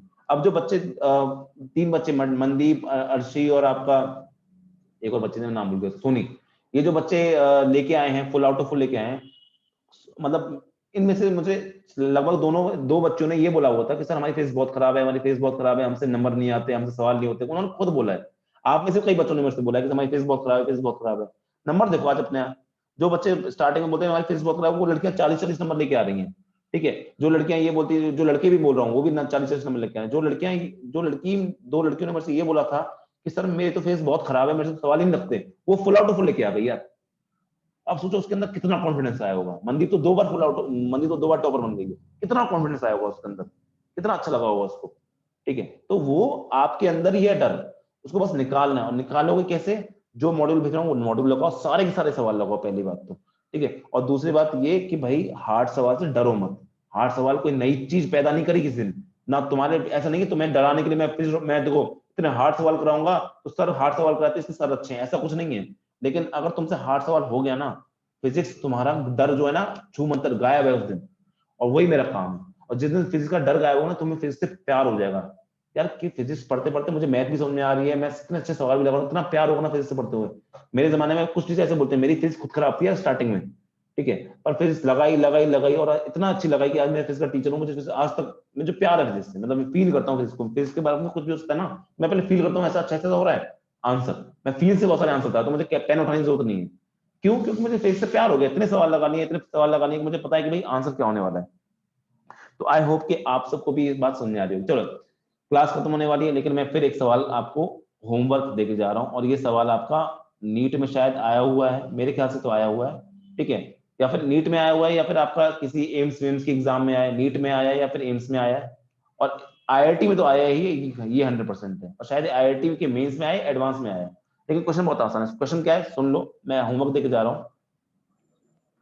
तो देखो इस तरह से क्वेश्चन है, कुछ बच्चे तो मेरे ख्याल से मतलब होमवर्क मैं जब बंद करूंगा क्लास उससे पहले आंसर भी दे देंगे इसका। मान लो आपका यहाँ पे एक पेंडुलम टाइप का चीज है, और मैंने क्या किया जानबूझ के, दो दो तार लिए, सुनना वो पूरा क्वेश्चन की लाइन होती है, वो सब नहीं बोला, 2 तार लिए आपने, उन पे आपने क्या किया, 2 बॉब बॉब, पेंडुलम देखा होगा ना, पेंडुलम पे इसको हम बॉब बोलते हैं, बॉब मार्ले जी। ठीक है, तो बॉब पार्ले जी नहीं रहे, मार्ले जी। ठीक है, तो बॉब होता है। अब बॉब में क्या होता है, मास होता है। अब मैंने इस मास पे कुछ चार्ज भी रख दिया। ठीक है, अब मैंने ऐसे 2 बॉब ले लिए, एक 2 चार्ज ले लिए, 2 डंडियां, 2 धागे ले लिए, उन पे मैंने मास लटका दिया, दोनों पे अलग चार्ज कर दिया। अब मैं सवाल क्या बोल रहा हूँ आपसे, जब मैं दोनों को ऐसे रखूंगा और दोनों पे प्लस क्यू चार्ज है, दोनों पे Q1 और Q2 सारे प्लस लेंगे, तो क्या वो एक दूसरे को रिपल से फोर्स लगाएंगे? अगर वो रिपल से फोर्स लगाएंगे तो क्या वो एक दूसरे से दूर जाने की कोशिश करेंगे? तो हाँ। सवाल इस तरह से है कि मान लीजिए एक ये चला गया पेंडुलम इस साइड, एक दूसरी साइड चला गया, एक चला गया इस साइड, एक साइड एक चला गया, ये θ1 बना रहा है और ये आपका θ2 बना रहा है। ये आपका केस 1 वाला क्या है, केस 1 में क्या हो रहा है आपका, कि हमने क्या किया कि इस पे मास मान लो m1 है और इस पे मास m2 है। ठीक है, इस पे चार्ज Q1 है और इस पे चार्ज Q2 है। अब केस 1 क्या बोल रहा हूं मैं, केस 1 में बोल रहा हूं कि आपका m1 और m2 क्या है, आपके बराबर है, लेकिन Q1 क्या है आपका Q2 से बड़ा है।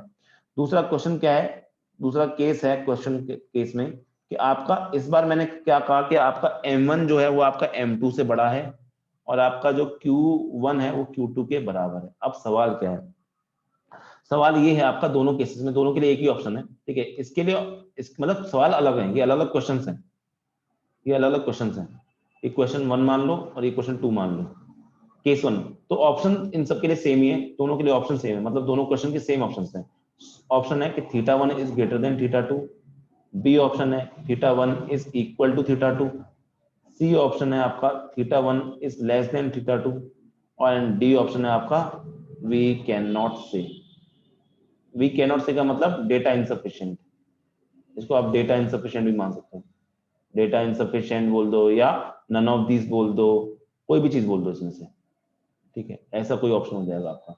तो क्योंकि तीन ही ऑप्शन बन सकते हैं और कोई ऑप्शन बन नहीं सकता, तो theta 1 is greater than theta 2, theta 1 is equal to theta 2, मतलब इस क्वेश्चन के लिए अलग ये चार ऑप्शन, फिर इस क्वेश्चन के लिए ये चार ऑप्शन, इस तरह से आपको ऑप्शन दे रखे हैं। तो सवाल के ये सवाल आप लोग करेंगे। मैं एक काम करता हूँ, आपको इनके आंसर बता देता हूँ, मुझे आंसर बता देता हूँ तो ताकि आपको कोई गड़बड़ ना हो। तो आंसर बता देता हूँ आपका केस 1 का। केस 1 का जो आंसर है, केस 1 का जो आंसर अगर बता दूं तो केस फर्स्ट का या फिर केस फर्स्ट का जो आंसर निकल के आएगा, क्वेश्चन 1 का जो आंसर निकल के आएगा वो है आपका बी, बी आंसर हो जाएगा। और आपका केस 2, क्वेश्चन 2, केस 2 आपका थीटा 1 बड़ा होगा ना, तो यहाँ पे केस 2 आपका निकल के आ जाएगा थीटा 2, हाँ सही है। तो केस 2 आपका निकल के आएगा आपका सी आंसर। कैसे निकल के आएगा आप लोग ट्राई करना, अगर नहीं होगा तो डिस्कशन ग्रुप पे पूछना, अगर किसी से नहीं हो पा रहा होगा तो मैं आपको बताऊंगा इसका आंसर। तो ये क्वेश्चन आप दोनों को करने हैं। अरे आकाश, मैंने आंसर लिख दिया है, ठीक है। तो ये हो गया, ये हो गया, ठीक है। तो केस 1 में क्या, एक सवाल समझ लो है क्या। केस 1 मैंने क्या किया होगा, m1 और m2 की वैल्यू बराबर रखते हो, q1 q2 अलग कर दिया होगा। तो आपको करना क्या होगा, आपको इन पे एक दूसरी तरफ फोर्स लगाना पड़ेगा, फिर चेक करना पड़ेगा किसकी वैल्यू ज्यादा है किसकी वैल्यू कम है। ये आप लोग को सवाल करना होगा। एक और बात, इस सवाल में क्योंकि मैंने मास दे रखा है तो ग्रेविटी इज नॉट नेग्लेक्टेड। देखो, जब भी किसी सवाल में मास और चार्ज दोनों दे दी जाए और जब तक ये ना बोला जाए, अगर ये ना बोला जाए ग्रेविटी के बारे में कुछ ना बोला जाए, तो ग्रेविटी आपको लेके चलनी है। और पेंडुलम में तो वैसे भी ग्रेविटी होती ही होती है, तो आपको पेंडुलम में ग्रेविटी माननी ही होती है, ठीक है। प्लीज ये क्वेश्चन करना, बहुत अच्छा क्वेश्चन है, क्योंकि ये अलग अलग एग्जाम में आया हुआ है, बहुत सारे एग्जाम में बहुत बार रिपीट हुआ है क्वेश्चन अलग अलग एग्जाम्स में, और काफी अच्छे क्वेश्चन की कैटेगरी में आता है ये। तो कर लोगे तो मजा आएगा, और बहुत ही फील वाला क्वेश्चन है। मैं इसको मैथमेटिकली भी प्रूव कर सकता हूँ, पर मैथमेटिकली मैं प्रूव करना नहीं चाहूंगा, जब मैं इसको करवाऊंगा भी तो इसको आपको फील से करना है। जो बच्चा फील से कर लेगा वो बहुत आसानी से सवाल को समझ सकता है। बाकी मैथमेटिक्स तो हमेशा आंसर देती है। आई होप कि आज की क्लास सबको समझ में आई होगी। क्या बोल रहे हैं, मास डेंसिटी से रिलेट करना है सर, अच्छा मास डेंसिटी जैसे मैं समझा नहीं मास। अच्छा, एक डेंसिटी के बारे में कुछ कंसेप्ट बताया तो मैं, ये इंपॉर्टेंट कंसेप्ट है और फिर से बता रहा हूँ, ये जो कंसेप्ट बता रहा हूँ मैं, ये डेंसिटी का ये जनरल कंसेप्ट है, ठीक है। ये जनरल कंसेप्ट है, मेरा कहने का मतलब है कि ये आपका सिर्फ यहाँ नहीं, ये रोटेशन में भी काम आएगा, क्योंकि वहां पे आपको पढ़ना पड़ता है मास moment of inertia, moment of inertia पढ़ना पड़ता है। ये आपको एफएम में भी काम आएगा, ये आपको बहुत जगह काम आएगा। तो डेंसिटी का पहला मीनिंग समझ लो। डेंसिटी का मतलब होता है, पहली बात तो डेंसिटी का मतलब है हिंदी में घनत्व, ठीक है, मतलब कितना घना है कोई चीज। अब दिक्कत ये, घने को आप ये समझ लेते हो कि उसमें मास ही भरा पड़ा है, मास के अलावा ही बहुत सारी चीजें दुनिया में। अब आप डेंसिटी, जब भी मैं बोलता हूँ ना, तो डेंसिटी सबसे पहले मन में बच्चों के क्या निकल के आता है, density is equal to rho is equal to mass upon volume. बिना सोचे समझे अगर मैं बोलता हूं तो बच्चा पहली बार में डेंसिटी को मास अपॉन वॉल्यूम बोलता है, जो गलत नहीं है। लेकिन ये मास डेंसिटी नहीं है। ये मास डेंसिटी, आपका डेंसिटी हमेशा मास डेंसिटी हो या मास के साथ हो ऐसा जरूरी नहीं है। लेकिन 99% अगर आप डेंसिटी बोलते हो तो आप इसको मास अपॉन वॉल्यूम मानते हो। डेंसिटी बहुत तरह की हो सकती है। बेसिकली डेंसिटी को मैं तीन तरह की डेंसिटी में बांटता हूँ। फिर से बता रहा हूँ, जनरल कॉन्सेप्ट है। एक को मैं जनरली लैम्डा से रिप्रेजेंट करता हूँ, एक को मैं सिग्मा से रिप्रेजेंट करता हूँ, एक को मैं रो से डिनोट करता हूँ। फर्क क्या हो जाएगा, इसको मैं बोलता हूँ आपका लीनियर डेंसिटी बोलता हूँ, प्लीज ध्यान देना। इसको मैं बोलता हूँ आपका लीनियर डेंसिटी, बहुत इंपॉर्टेंट चीज है ये। इसको मैं बोलता हूँ आपका प्लेनर डेंसिटी, ठीक है। और इसको मैं बोलता हूँ आपका वॉल्यूमेट्रिक, या कभी कभी वॉल्यूमेट्रिक डेंसिटी, या कभी कभी इसको बल्क डेंसिटी भी बोला जाता है, कभी कभी इसको हम बल्क नाम से बुलाते हैं, ठीक है। फर्क क्या है, फर्क कुछ नहीं है। ये 1D का कॉन्सेप्ट है, ये 2D का कॉन्सेप्ट है, और ये 3D का कॉन्सेप्ट है, ठीक है। 3D में जब बॉडी हो तो आपका वॉल्यूम होता है वहां पे, जब 1D का मेरा मैं कहने का मतलब क्या है कि मान लो आपका इसमें एक लाइन है, तो लाइन के ऊपर भी तो एक मास होगा ना, कि भाई यहाँ पे इतना मास है, यहाँ इतना मास है, यहाँ इतना मास है, तो लाइन में कितना मास बटा हुआ है तो वो लीनियर डेंसिटी बताएगी। जैसे जैसे ये होगा सर्कल, सर्कल भी जो होता है, सर्कल मतलब रिंग, जो रिंग होती है वो भी क्या होती है आपकी, वो भी आपकी एक 1D बॉडी होती है, रिंग हो, क्योंकि रिंग में पतली पतली है ना, तो यहाँ कितना मास है कितना मास है, जैसे हो गई इसको मैंने बार बोल दिया। जैसे प्लेनर डेंसिटी क्या हो गई आपकी, डिस्क हो गई, डिस्क मतलब अंदर भी आपके मस्त माल भरा हुआ है, ठीक है। तो इसका एरिया, जहां पे एरिया की बात होगी वहां पे आपका बात होगी प्लेनर की। और जैसे इस तरह की एक प्लेट हो गई, जहां भी प्लेट की बात होगी तो ये होगी, तो इस तरह की प्लेट। तो इसमें क्या बोलूंगा सर, इतना यहाँ पे कुछ मास, यहाँ पे कुछ मास, यहाँ पे कितना कितना मास भरा हुआ है अलग अलग जगह पे, उसको हम प्लेनर डेंसिटी बोलते हैं। ये क्या होता है, ये 3D बॉडीज, जैसे एक बॉक्स हो गया, ठीक है, बॉक्स हो गया, ये बॉक्स हो गया, या आपका स्फेयर हो गया, मतलब एक बॉल टाइप की चीज, स्फीयर हो गया, ऐसे और भी सिलेंडर हो गया, ठीक है। तो इन सब के बारे में हम क्या बात करते हैं, इन सब के बारे में बात करते हैं वॉल्यूम डेंसिटी की।